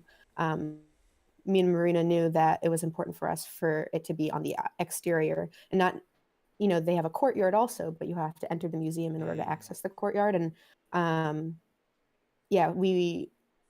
it is interesting that now it's associated with a contemporary art institution. So now it is art now, right? Or in a way that maybe it might not have been read that way before by someone who wasn't seeing it for the sake, with the intention of, I'm going to see art now.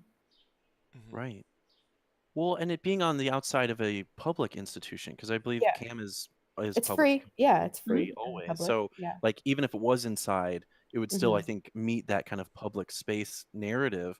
But I think it makes total sense that y'all would put it on the outside just to be like, it is the most public facing, like it could possibly be. And it doesn't have to contend with Joe. Right. Yes, which I think would be hard. Can you guys put your words on Joe? Is that possible? had you put that by anyone? Run that. I'm sure that my colleagues at the Pulitzer would love that. Yeah, we'll just call up Richard and just get Emmy to get Emmy to call up Richard and see if he's cool with it. Yeah, it's a kind of a prank sort of in a way.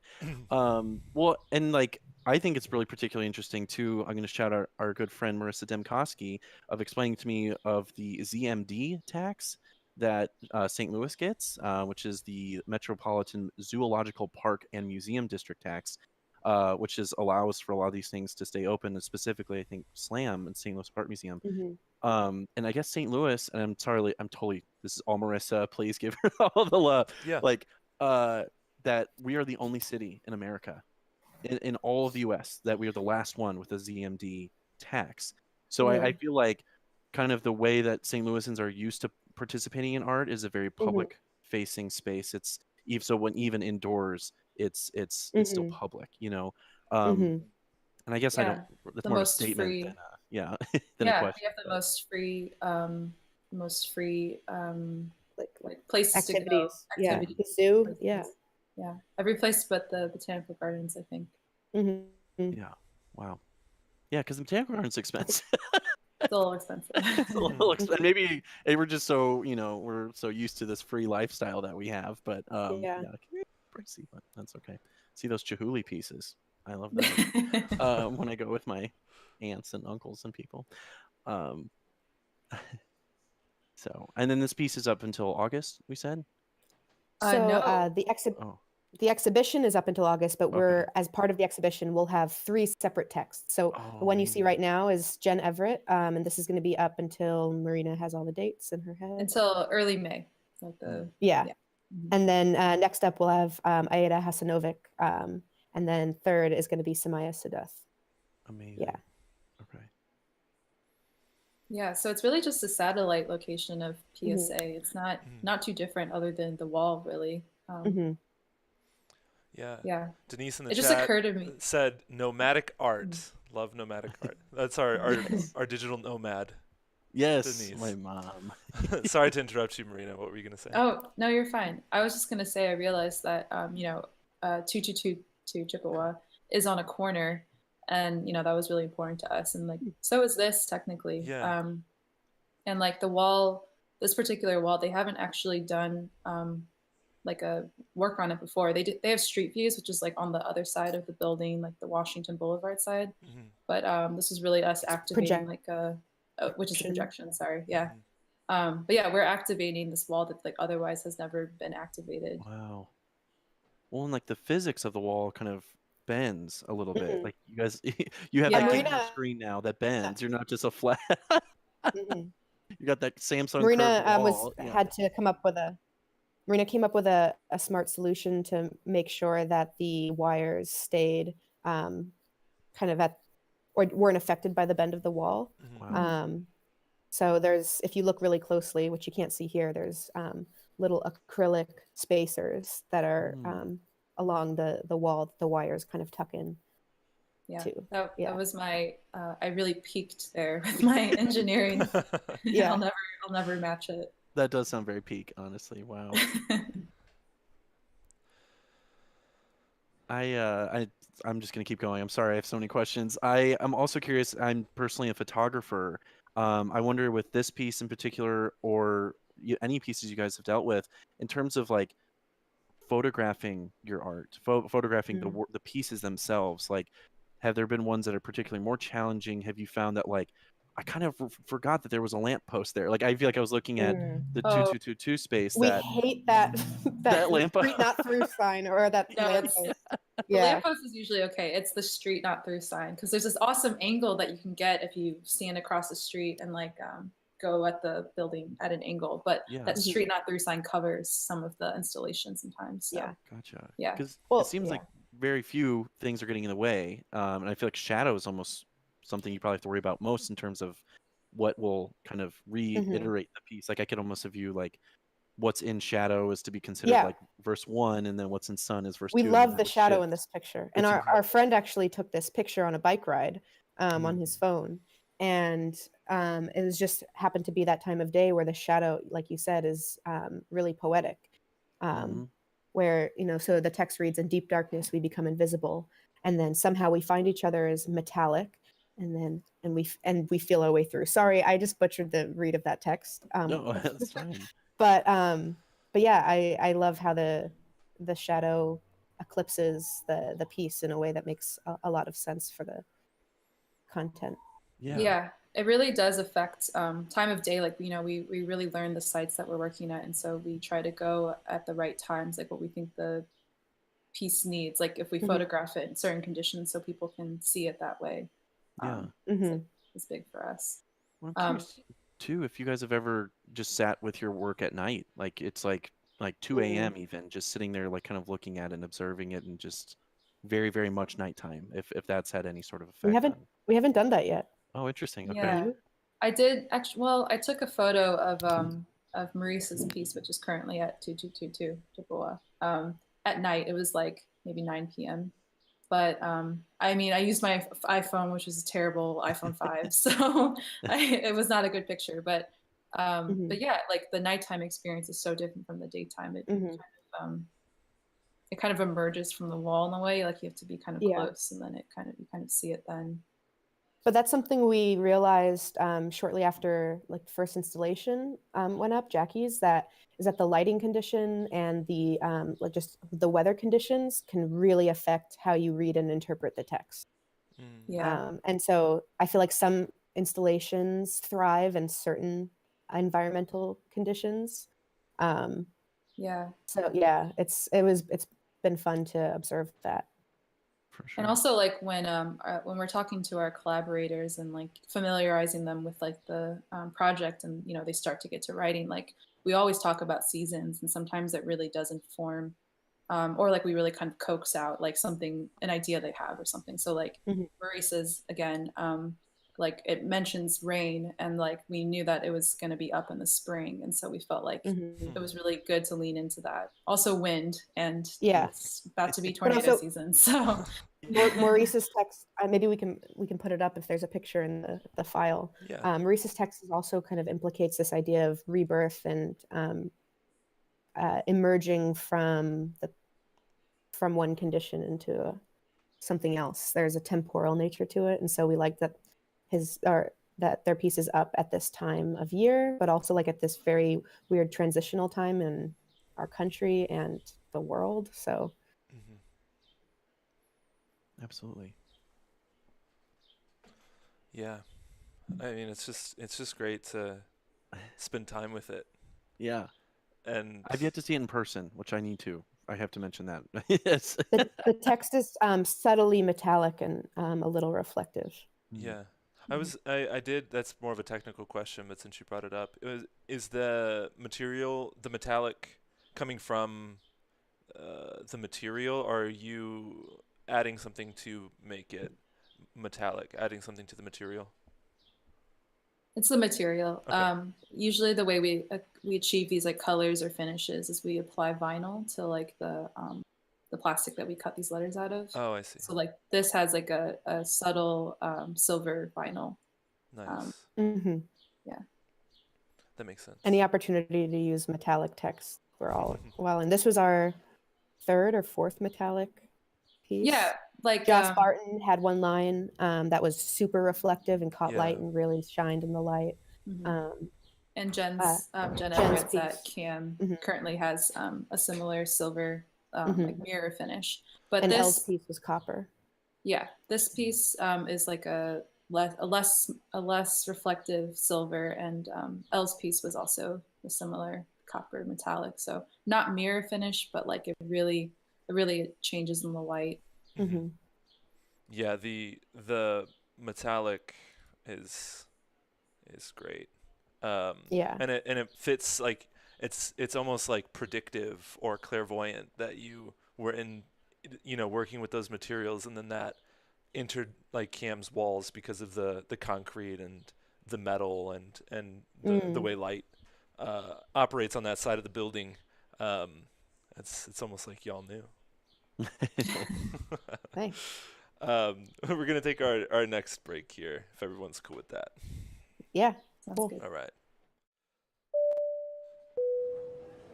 Thanks everyone for tuning in, hanging out. We're going to take a short break here, and we'll be back in about 10 minutes. If you're enjoying the stream, please drop a follow. If you need something to look at, you can. I'm going to put PSA's links in the chat, so you can take a look at those things here. We'll be back in 10 minutes, and we will see you soon.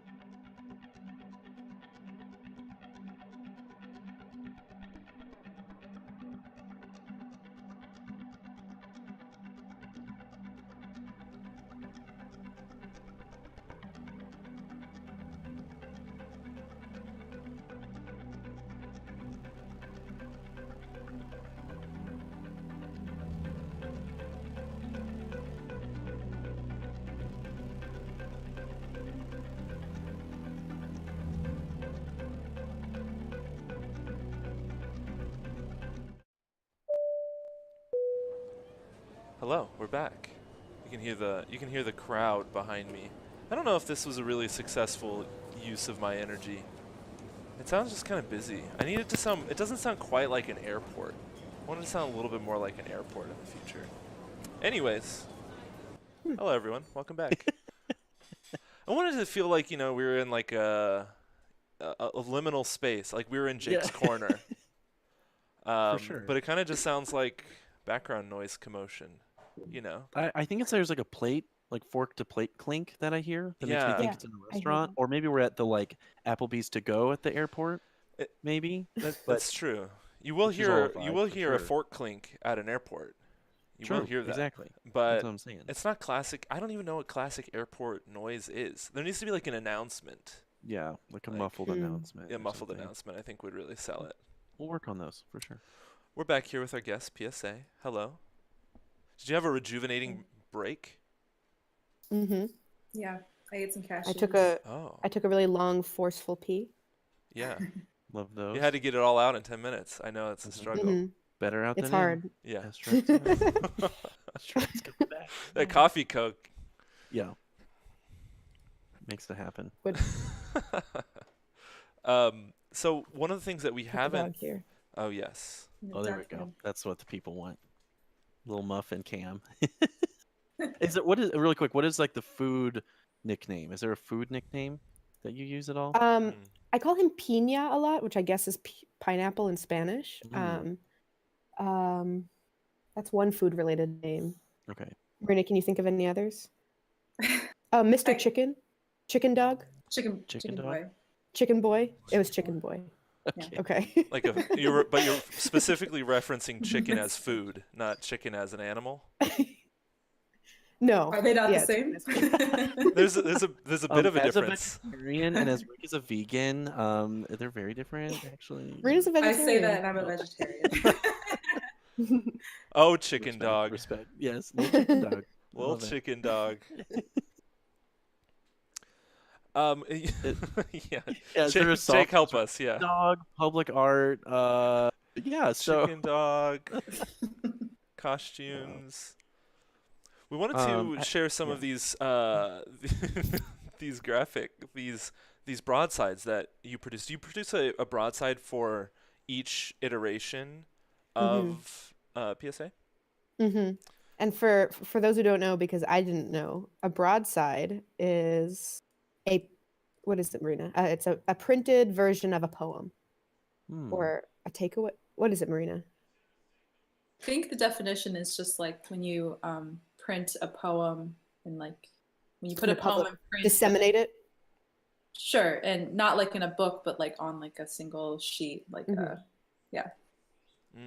Marina was very adamant about calling these broadsides. To respect our collaborators who are poets and writers, and like maybe that language is something they like to use. It's nicer than a flyer for this particular it's use not a case. flyer. Yeah, it's not like a rave flyer, which would be sick, but yeah. Historically, broadsides were used as proclamations or commentary, or simply advertisements. But which plays into the whole public service announcement theme. It really does. Thanks, Google. Thanks, Google. So this is Jackie Germain's text translated into a risograph printed broadside. Oh, these are sold out. Mm-hmm. And before you ask, it's sold out. How many do you usually run in an edition? We usually do 50. Cool. Yeah. Yeah. And do you, Shannon, do all of the design of these broadsides? Yeah, for the most part. I'd say I take the lead on the designs. Mm-hmm. And this is a way for people to own a piece of the temporal, installation to support PSA as well, and maybe to support PSA and the exhibiting artist. Yeah. Yep.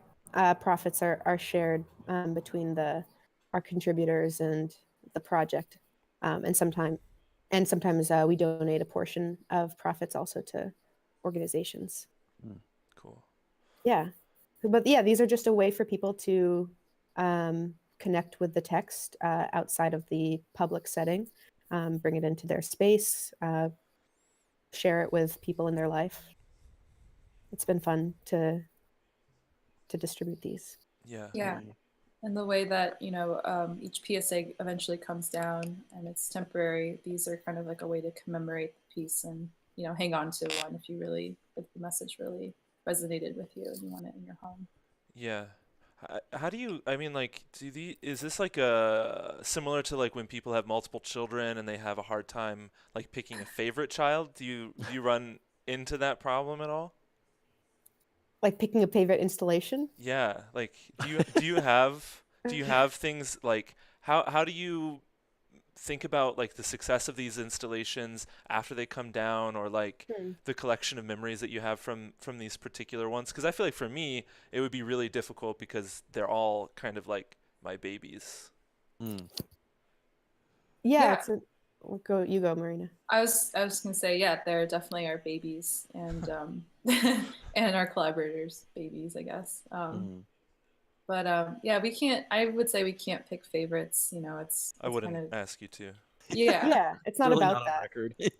I would say my favorite part is just that transition period where we're starting a new installation. And I think about like thinking about the seasons, like I don't have a favorite season. I just love the moment when seasons change and you realize the difference and you smell it in the air.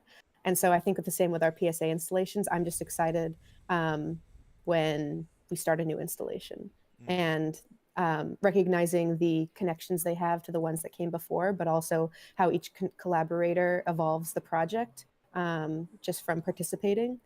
I love seeing that.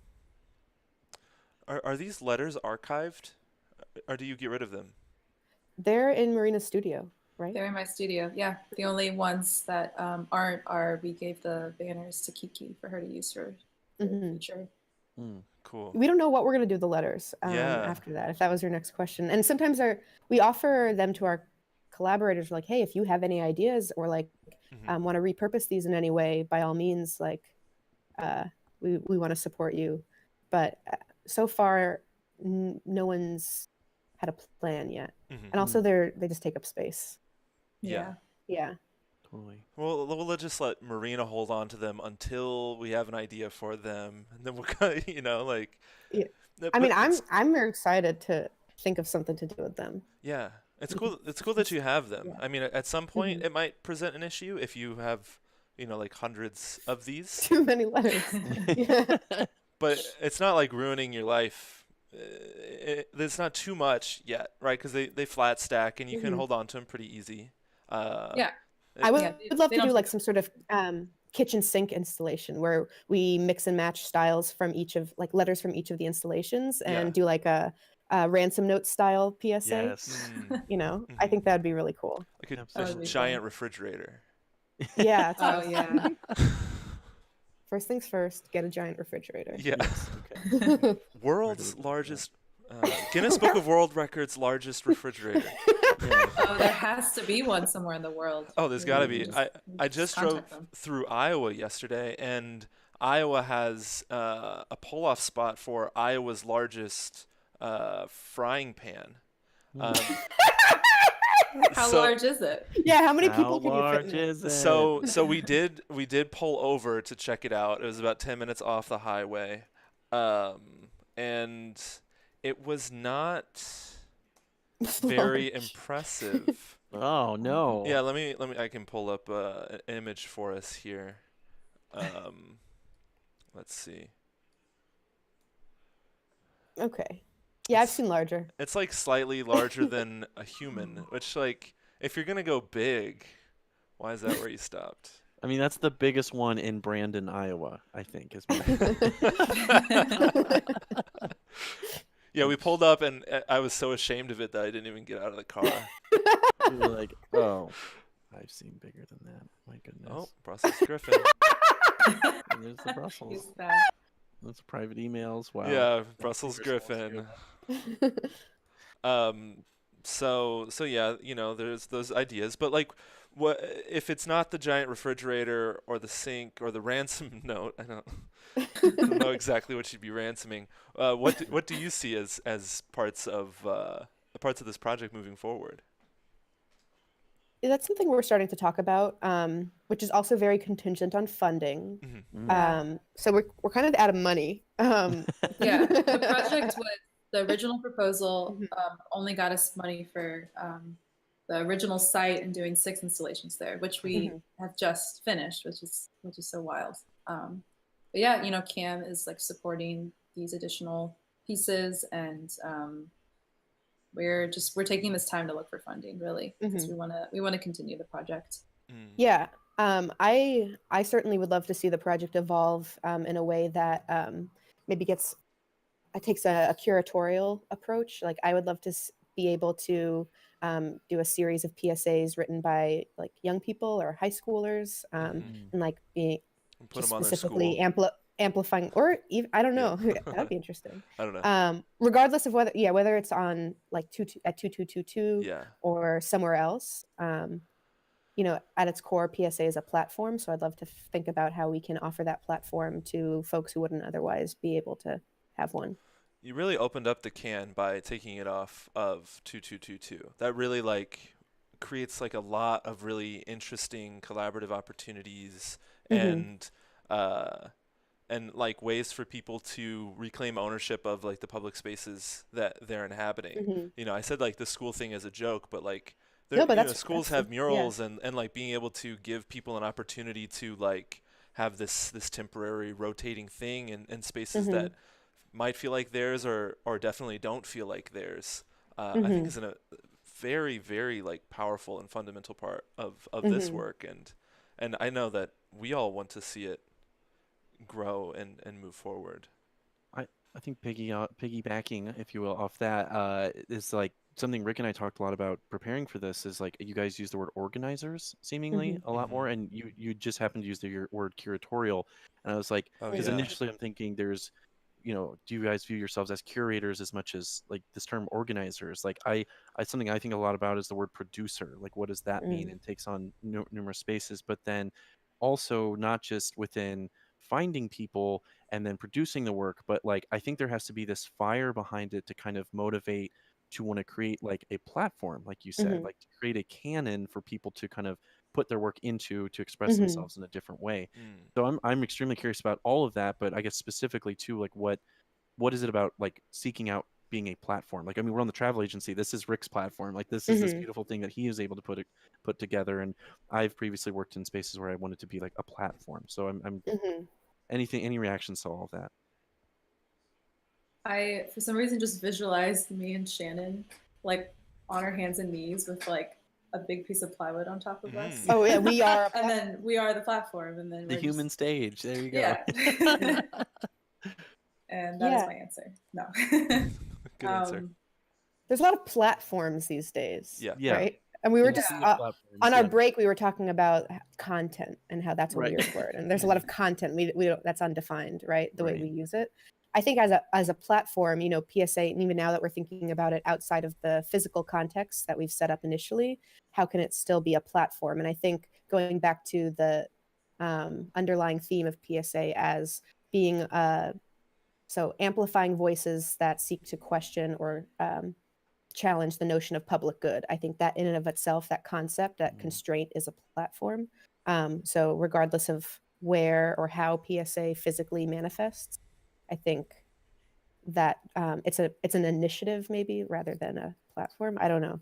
Sure. No, I mean, I think all of them, like said in good faith and in earnest, like is that's the truth, you know. And anytime we use these terms that maybe feel like we're a platform that you know, it's like no, like it is. That's what it is, and we should just move on from that. And this idea that like, oh, everyone's got a platform. It's like, true. What does yours do though?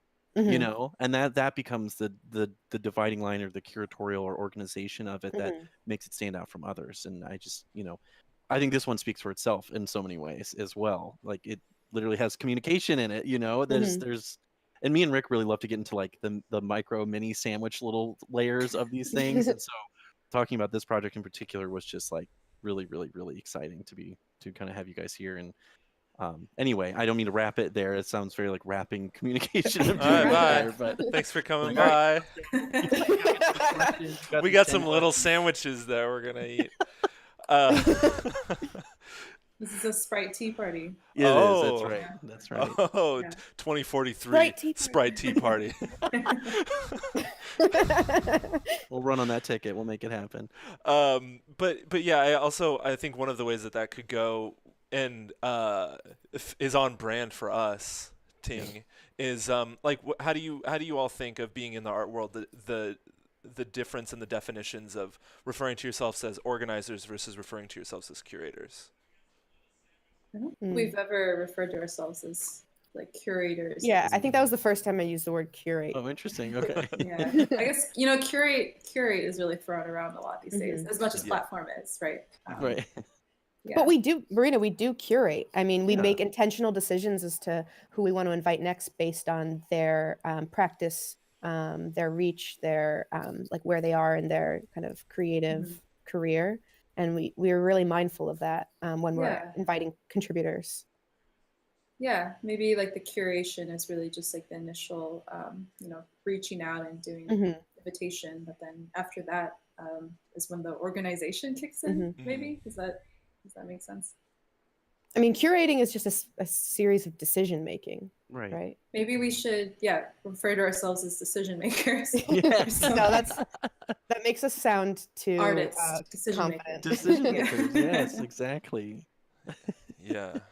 PSA is a collaborative art project organized by decision makers Shannon Levin and Marina Ping. We're changing our bio right after this. Now it sounds like we run media conglomerates. I mean, you kind of do a little bit. You have satellite places. I mean, You're jumping the shark currently.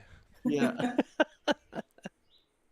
No, that's great, and that's, I think that like language is obviously a big part of contemporary art. And, everything is written about and everything is contextualized through language. Your work is about language and about writing, more specifically, and like coming to these terms that get just completely like obliterated by tech bros in like on the 12th floor of some random building downtown. It's like, like when these words take on different meanings and their like positive meanings are like obliterated by the proliferation of their marketing meanings, like we got to question those things. And the word curator still is just kind of like a little, like sometimes I'm like really happy with it. I'm really interested in that word. And then other times I'm like afraid of everything that it carries. So yeah, the one thing I'm afraid of with the word curator, it sounds like a gatekeeper. And as much as we have to make decisions, because we would love for everyone to contribute to PSA, we have those limitations. So we have to be those decision makers. And in a sense, we have to confront the fact that we are gatekeepers, and who are we granting access to this platform is something that we have to be intentional about. And I love that the term organizer comes with a social good connotation to it too. Like we need to organize. Like artists in St. Louis need to organize, and through organization, that's where it gets a little weird. But through organizing, we can start to make systematic change. But then you also have some different connotations with organizations. But yeah, I see that as being a nice place for the way that you all talk about this work. This is like people organizing in a way that creates social good. Also, facilitator also comes to mind. Yeah. There's a lot of words. In the health and wellness field, this is what I was doing like jumping back into being an artist.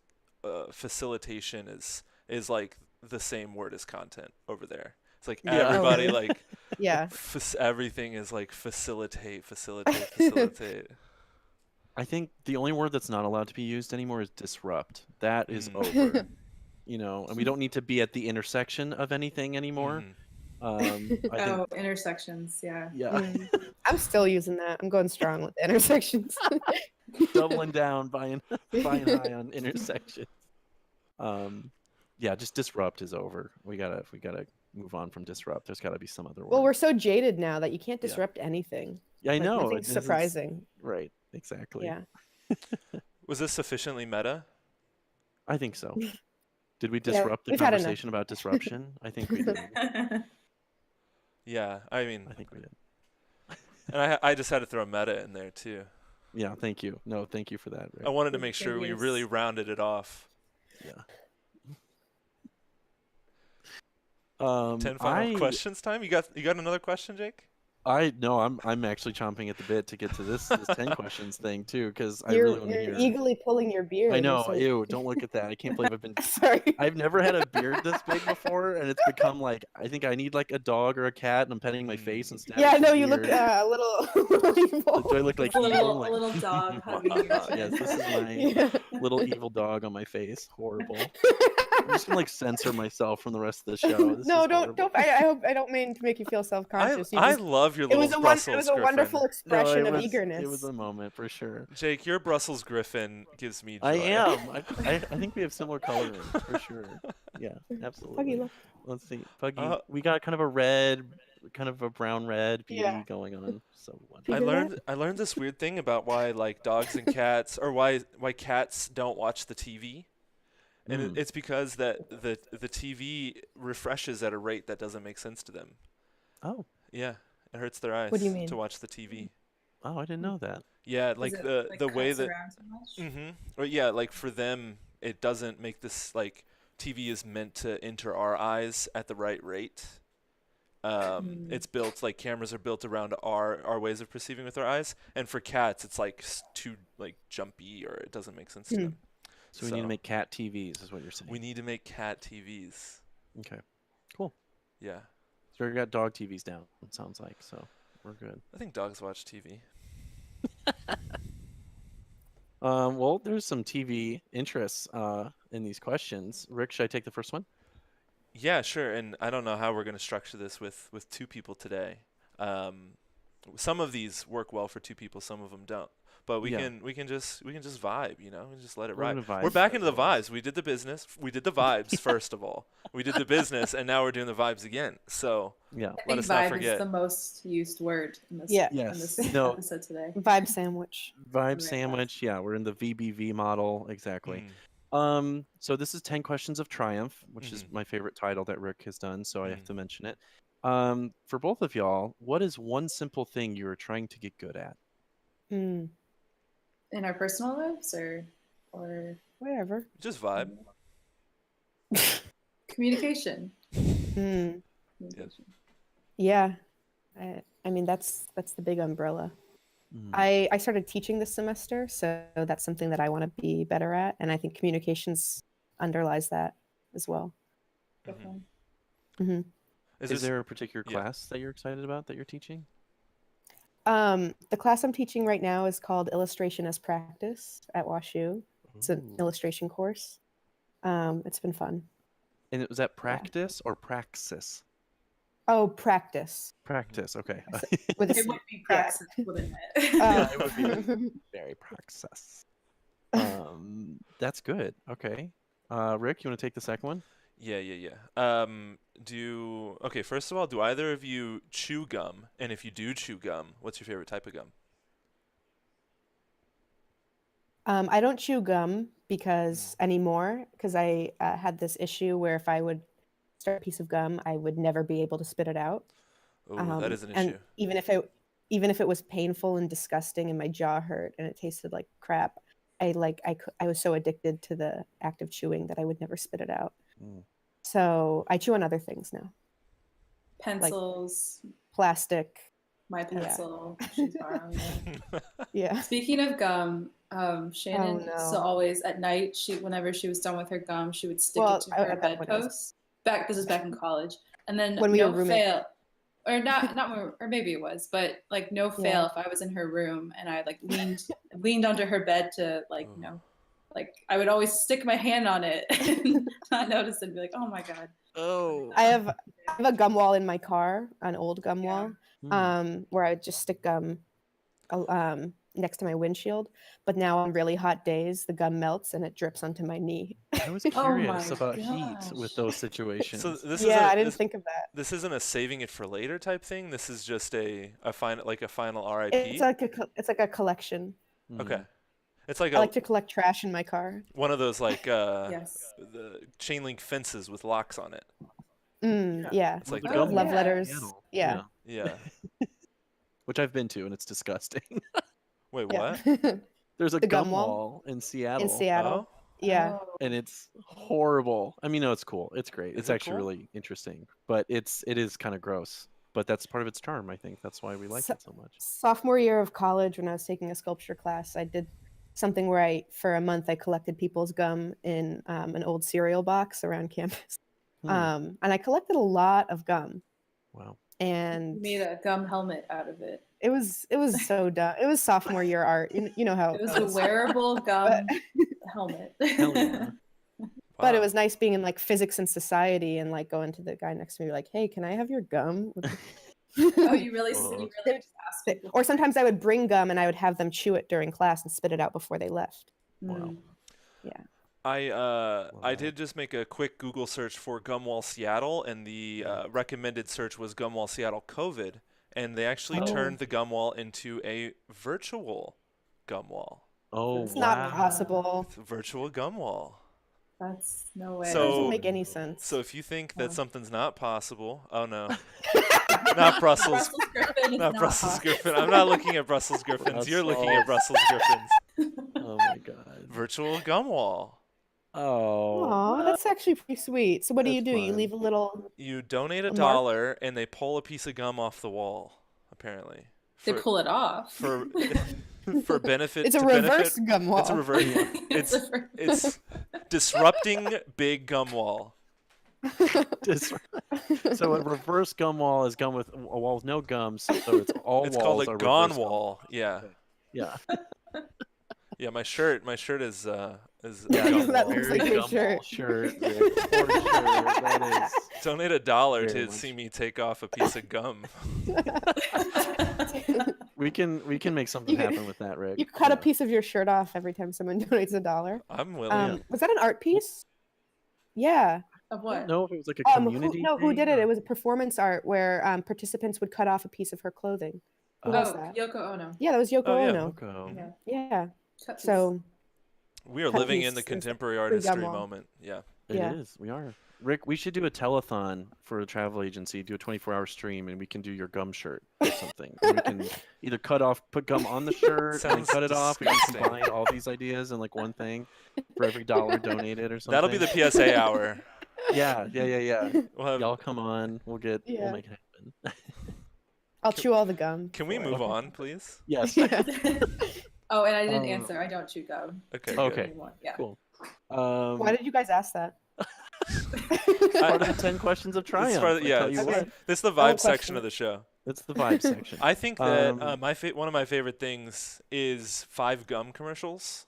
And I think that 5 gum commercials, like why 5? It's like a brand. Oh, 5 gum. They were so intense. Like they were very stimulate your looking. senses. Yes, and like I remember those. Not 5 separate gum commercials, but commercials for 5 gum. There were at least 5 of them. I don't know how many there were, but I would imagine there were at least 5, or maybe they only made 5. They were very high production value. I can't. Yeah. They were trying to break into the gum market, like the young person's gum market, and this was their strategy. And I think that one of my dream jobs would be making 5 gum commercials. That's like one of the things that I do when I'm bored, is I just dream up 5. We're gonna manifest that this year for sure. You guys can make your own 5 gum commercial as one of the 10-minute breaks. Yeah. For sure. Oh. Okay. That's some serious ideas right there. We'd love to collaborate. Let us know. We can help. PSA times 5.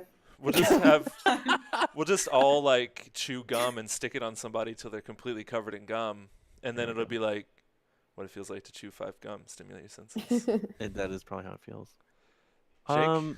Have y'all ever successfully completed a game of Monopoly? Didn't we just play Monopoly? Oh no. Monopoly Deal. We've played two. There's Monopoly Deal, which is just a card game. There's no board at all. And then I think we played it one time at Civil Life, the brewery. Did we finish it? I don't think I was there for that. We tend not to finish things. I physically can't play board games.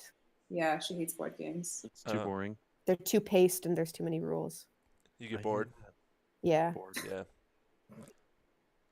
Gemini move. Flaky. I was like, who's going to say it? No, I'm just kidding. What is Monopoly Deal like?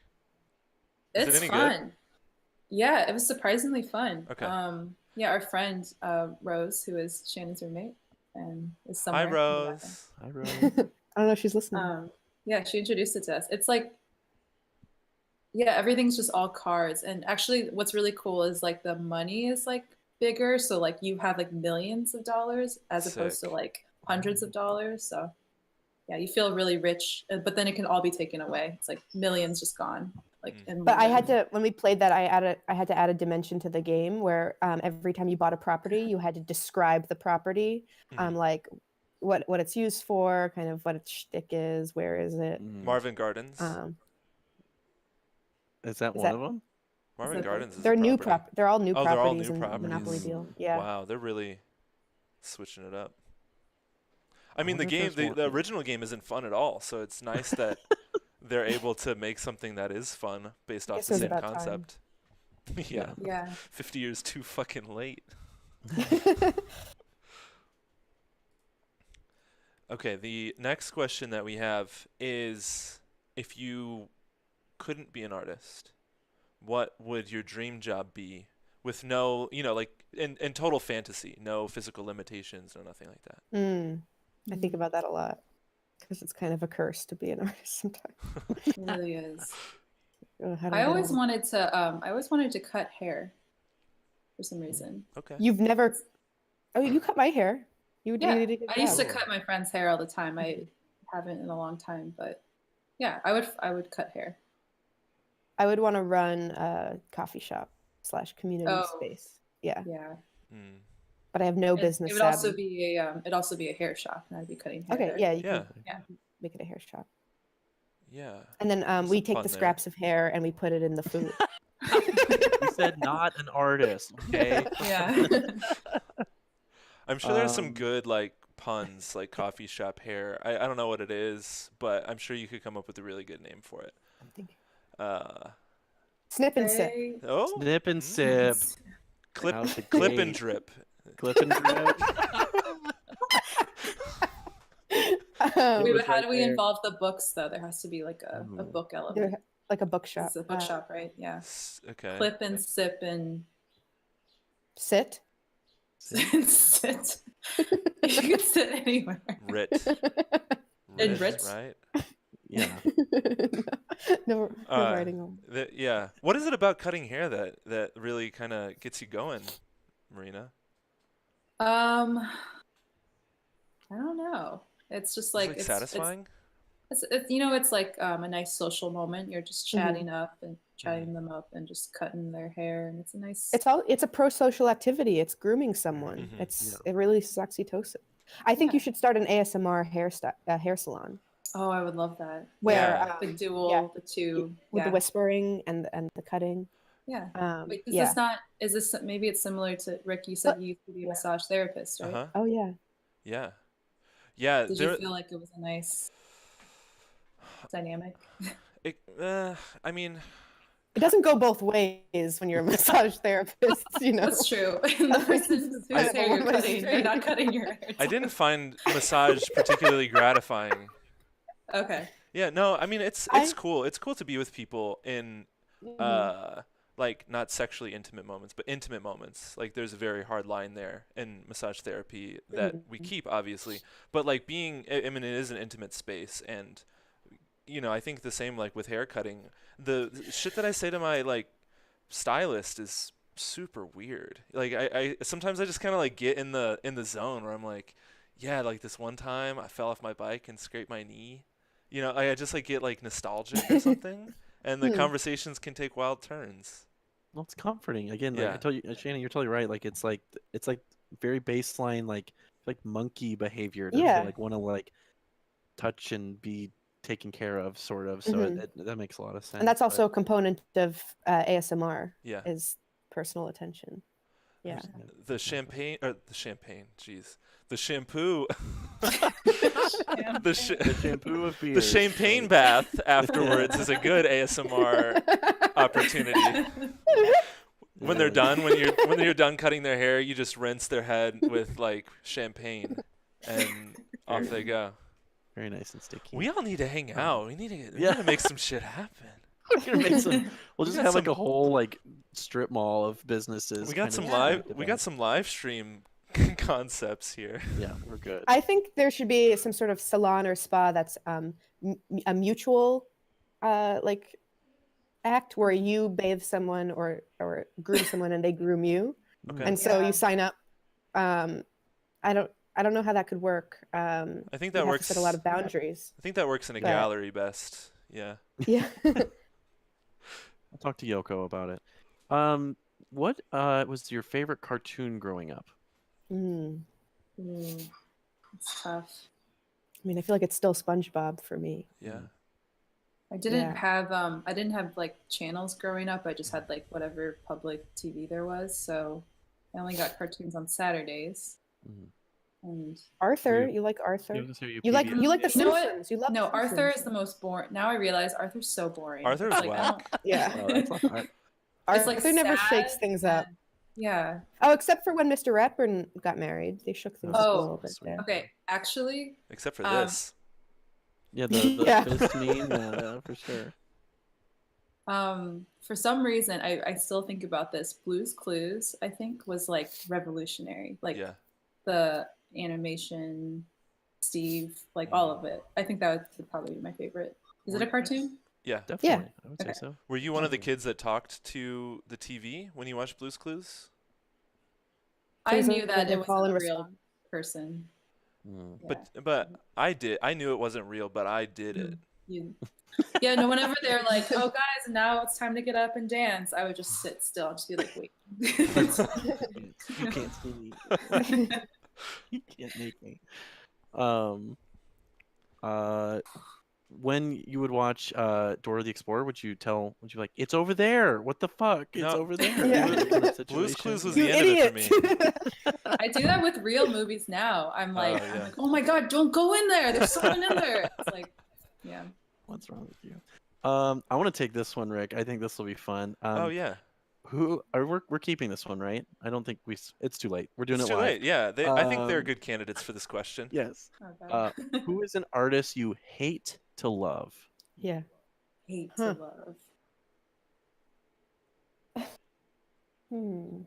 Hate to love. This is the hot gossip question. I mean, that's really complex because you love them, but then you know you shouldn't. Something we shouldn't like that. feel that. We shouldn't be made to feel that way. There's also or like artists you think you love, and then they go ahead and do something like sexist or racist, and then you have to be like, now what do I do? Well, that's one way to go. Yeah. I think like some answers are like typically like a Jeff Koons or like a Salvador Dali have come up in the past. But yeah, I mean, you can take it any way you want. I mean, we talked about getting rid of this question, so it's just fundamentally a bad question. Yeah. There's no contention on this whole show, so we're like, we have to have one space, so we're like talking. This is the part where it all falls apart. Yes. Got it. Marina, do you have an answer? Well, I feel like I have a concept of like an artist I hate to love. Okay. Like I could have just like answered like a artist, but like I'm thinking generally about like people who have like are artists on Instagram and they sell their work, but they're also influencers, and their work is like really nice and it's like photographed well, but then they're like they sponsor it's like sponsored content and stuff, and just kind of I love to watch it because I'm like interested, but then I also like kind of hate to see it too because I'm like this is weird. Once the spawn con gets involved, you're like, I'm out, but also get your bag, but also like yeah, the ways that people make it work sometimes really surprise me. I'm like, you're doing that. Okay. Yeah, and maybe I'm just jealous. Maybe it's like, oh, like I wish I had a, like sponsors and like could just sell my work because I wish I had a six-pack and could paint lions really well. Yeah. That's the bummer for me. Yeah. Okay. No, that's a good answer. That's a good answer. Thanks for saving us. Yeah, for sure. Yeah. Shannon? I don't know. I'm having a hard time coming up. I feel like if I love someone, I'll just own up to it and accept it. That's good. Yeah. That's true. For sure. Okay. Yeah. Well, that was spilling the Sprite tea for today. We didn't give you contentious answers. That's okay. We didn't give the folks things to talk about. When you're driving, are you the giver or the receiver of the finger? Oh. I don't believe in showing the finger during driving. I believe in treating every driving situation with a sense of humility. Like if someone screws up, I'm like, I could have very well done the same thing. I see you. I get it. We all mess up. Let's move on.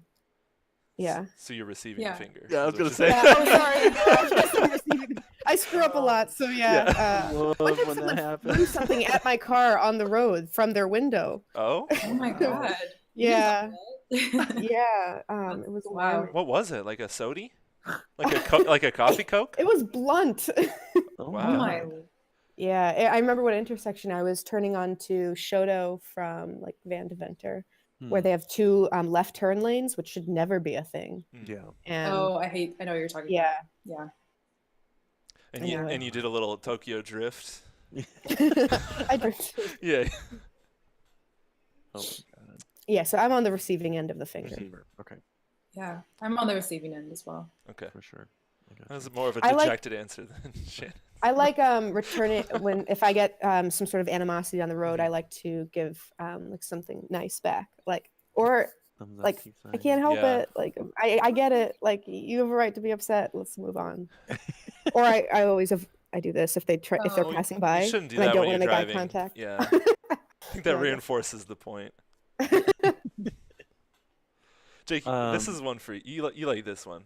This is a good one. What are your all's thoughts on Crocs? Oh, yeah. Don't get her started. Well, she started. I'm on my second pair of platform Crocs. I bought my first pair right before lockdown, and then I wore them every day for a year up until this March. And I ordered a new pair because they broke. They were just destroyed. There were holes in them. They were rattling. The bones and infrastructure crumbled. The Croc and I bones, realized, I realized that when I ordered new Crocs, it was exactly 365 days since I ordered my last Crocs. And so it was a really poetic transition. And it's also right around the time where, folks were getting vaccinated. So I just feel like I had my COVID Crocs, and now I have my COVID part 2 Crocs. I'm not going to say post-COVID. Yeah. Hopefully at some point in the next 365, you can deem them your post-COVID Crocs. Yes. That's just hoping with that. Marina, how do you feel about Crocs? I support Croc wearing, but I don't personally have Crocs. Mm-hmm. Yeah. Yeah. This is it's a good analogy for your relationship. Yeah. Yeah. You support me, but you don't agree with me. No, it's not an agreement. Yeah. It's not an agreement thing. We express ourselves differently in some ways. Yeah. In some ways very similar. Yeah. Yeah. It's not really about Crocs the way they look. I think I have this aversion to clogs, like the clog shape, because my mom always wore them and she'd always leave them at the base of the stairs, and I always tripped over them. So I'm just like very anti-clog for myself. I just don't want them in my house. Yeah, they're really, really kind of living up to their namesake, clogging up that stairwell. Clogging up the stairwell. Yeah, Tell you what. I kind of wish. The follow-up question is 4x4 mode or no? Shannon. What does that mean? What does that mean? Oh, this is real Croc head moments here. Like, where's the strap? Is it behind the ankle or is it in front of your ankle? I find with the platform Crocs, it's nicer to have them behind the ankle. That's 4x4 because mode. they're heavier. Yeah. That's all-terrain mode. Crocs. Yeah. Okay. Yeah, that's all-terrain mode. Yeah. Yeah. Okay, good. But I'm also I can only wear Crocs with socks. I cannot Croc without sock. Okay. Okay. Mm-hmm. That's good to know. I'll note that for sure. Noted. Okay, I'll take this one, and then Rick, you do the last one. How Yeah. about that? Okay. Could y'all describe your meditation practice or similar way of relaxing/connecting? I guess I have several that I don't necessarily consider to be meditation, but they are meditative. So usually those are sensory experiences, like eating in the shower or reading outside. Yeah, those are pretty meditative for me. What's a typical shower food, by the way, that you tend to? Pasta. Pasta. Pasta. Okay. And this is standing pasta in the shower. Yeah.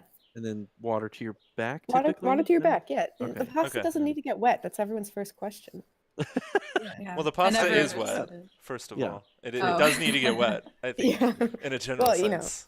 After it's been prepared. Gotcha. Have you ever done like a curry in the shower? Because I think that would be really kind of like a nasal opening. True, yeah. The last thing I ate in the shower was a PB&J. That got a little damp because you have to hold the sandwich with your wet hands. Yeah. Because I know some people will drop oils in their shower, and then the hot water will kind of hit it and go up. So I wonder if you put just a little bit of tomato sauce, or some oregano, curry or something, just kind of for any Seinfeld fans out there, it's like when Kramer used to cook all his food in the shower. One time I got these shower bombs as a gift, which is like a bath bomb, but you're supposed to use it when you did a shower, and they were really suspect. They were in I don't know where they were from or what they were. They did not look great. But one night when I was on acid, I thought it'd be a really great idea to try out a shower bomb for the first time. And it was not a great idea. If you're on acid, you should probably stay away from anything that has the word bomb in it. Yes. Showers, that works. But that's my public service announcement is don't experiment with shower bombs on acid. Yeah. Not to sully that's a good band name. Not to sully the great name of PSA, but sometimes you gotta. Hey, that's why we named ourselves PSA. Yeah, exactly. It's memorable. Yeah. Marina, what's your meditative practice? Follow that up.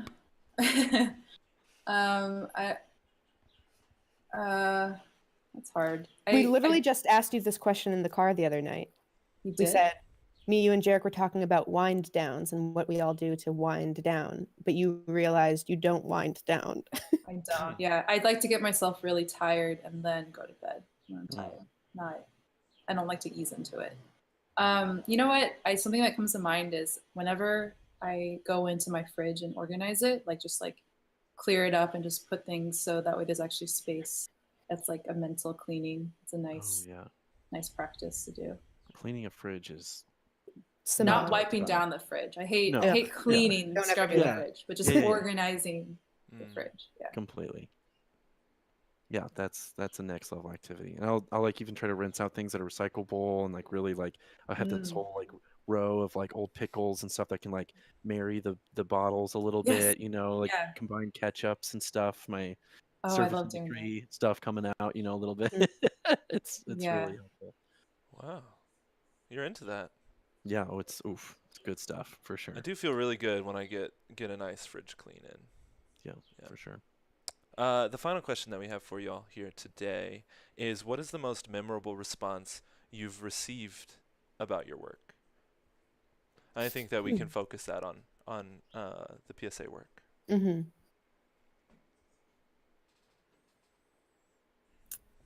Oh, Marina, do you want to go first?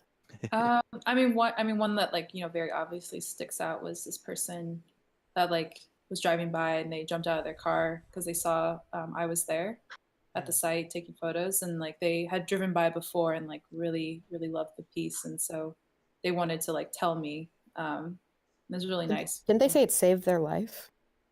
It wasn't that dramatic, but it was they were this piece really really resonated with me, and then they were telling me about Do you remember what installation was up at the time? It was actually Jackie's. It was the first one. Okay. Yeah. That's great. It's wonderful to receive that feedback. Mm-hmm. Yeah, I think similarly, and there's been a few like several responses from just people in the neighborhood that like I think are the most meaningful. I like when the kids come around and then we talk about it with them, and I turn into teacher mode. I'm like, so what does it mean to you? And then remember Phoenix was just like gave a really nice like student answer, and I don't know. Yeah, I like hearing from the young people. Cool.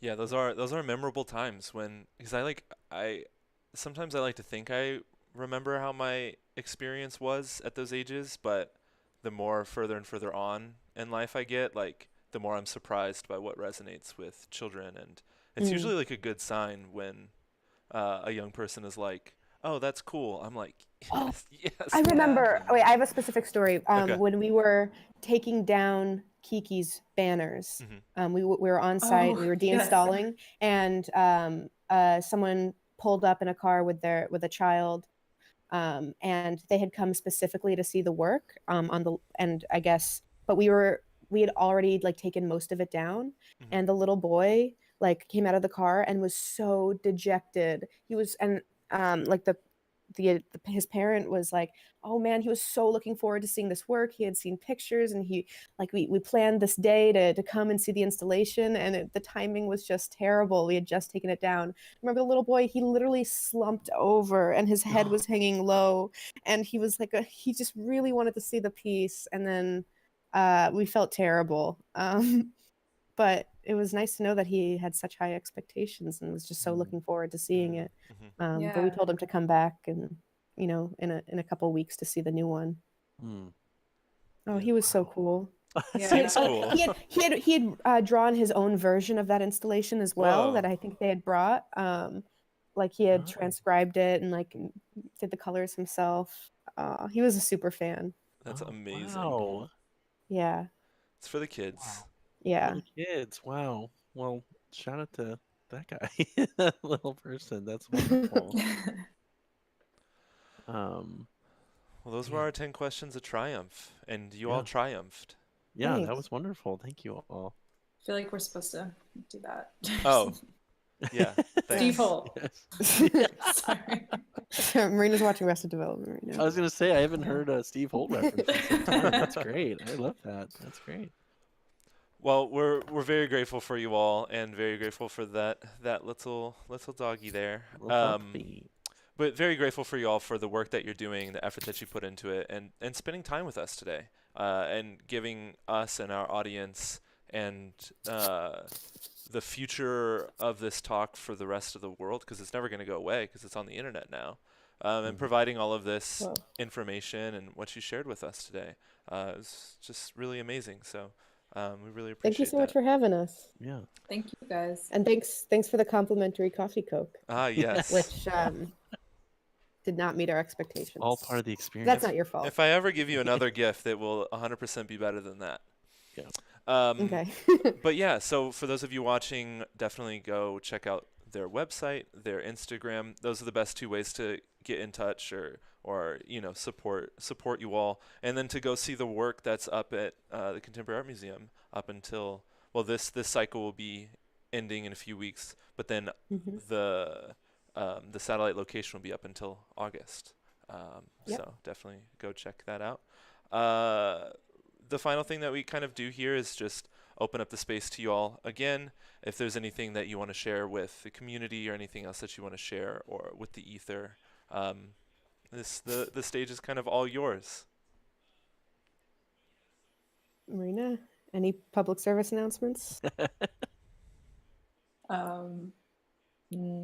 Not from me. No. Cool. Maybe Puggy has one. Yeah, I was gonna say, can we get an hour from Puggy? Yeah. If anything, we love to hear responses to the installations. So send those along, and we'll share those with the contributors as well. Yeah. Also, if anyone has someone they feel like would be perfect to do a piece with PSA, if you want to nominate someone, you can always email our email, which is somewhere in our Instagram and website. Yeah. Cool. All right, perfect. Well, thanks again for being here, and we'll be sending off. right. Thanks, guys. Thanks, everyone, for tuning in today, for sticking around, hanging out. If you enjoyed the stream, drop a follow. That way you get notified when we're live in the future. We have more Art Brunch coming. We have Stars Align this Thursday. I think that we're doing an Artist Play video games on Tuesday this week. Don't hold me to it, but that's on the list. Artist Play video games on Tuesday. And I'm starting a new show. I think I'm going to stream my new show for the first time tomorrow. So just definitely follow, keep in touch with us, go follow PSA. If you follow them today, they'll know we sent you, and that'll make us look good. So do that. And we will catch you very, very soon.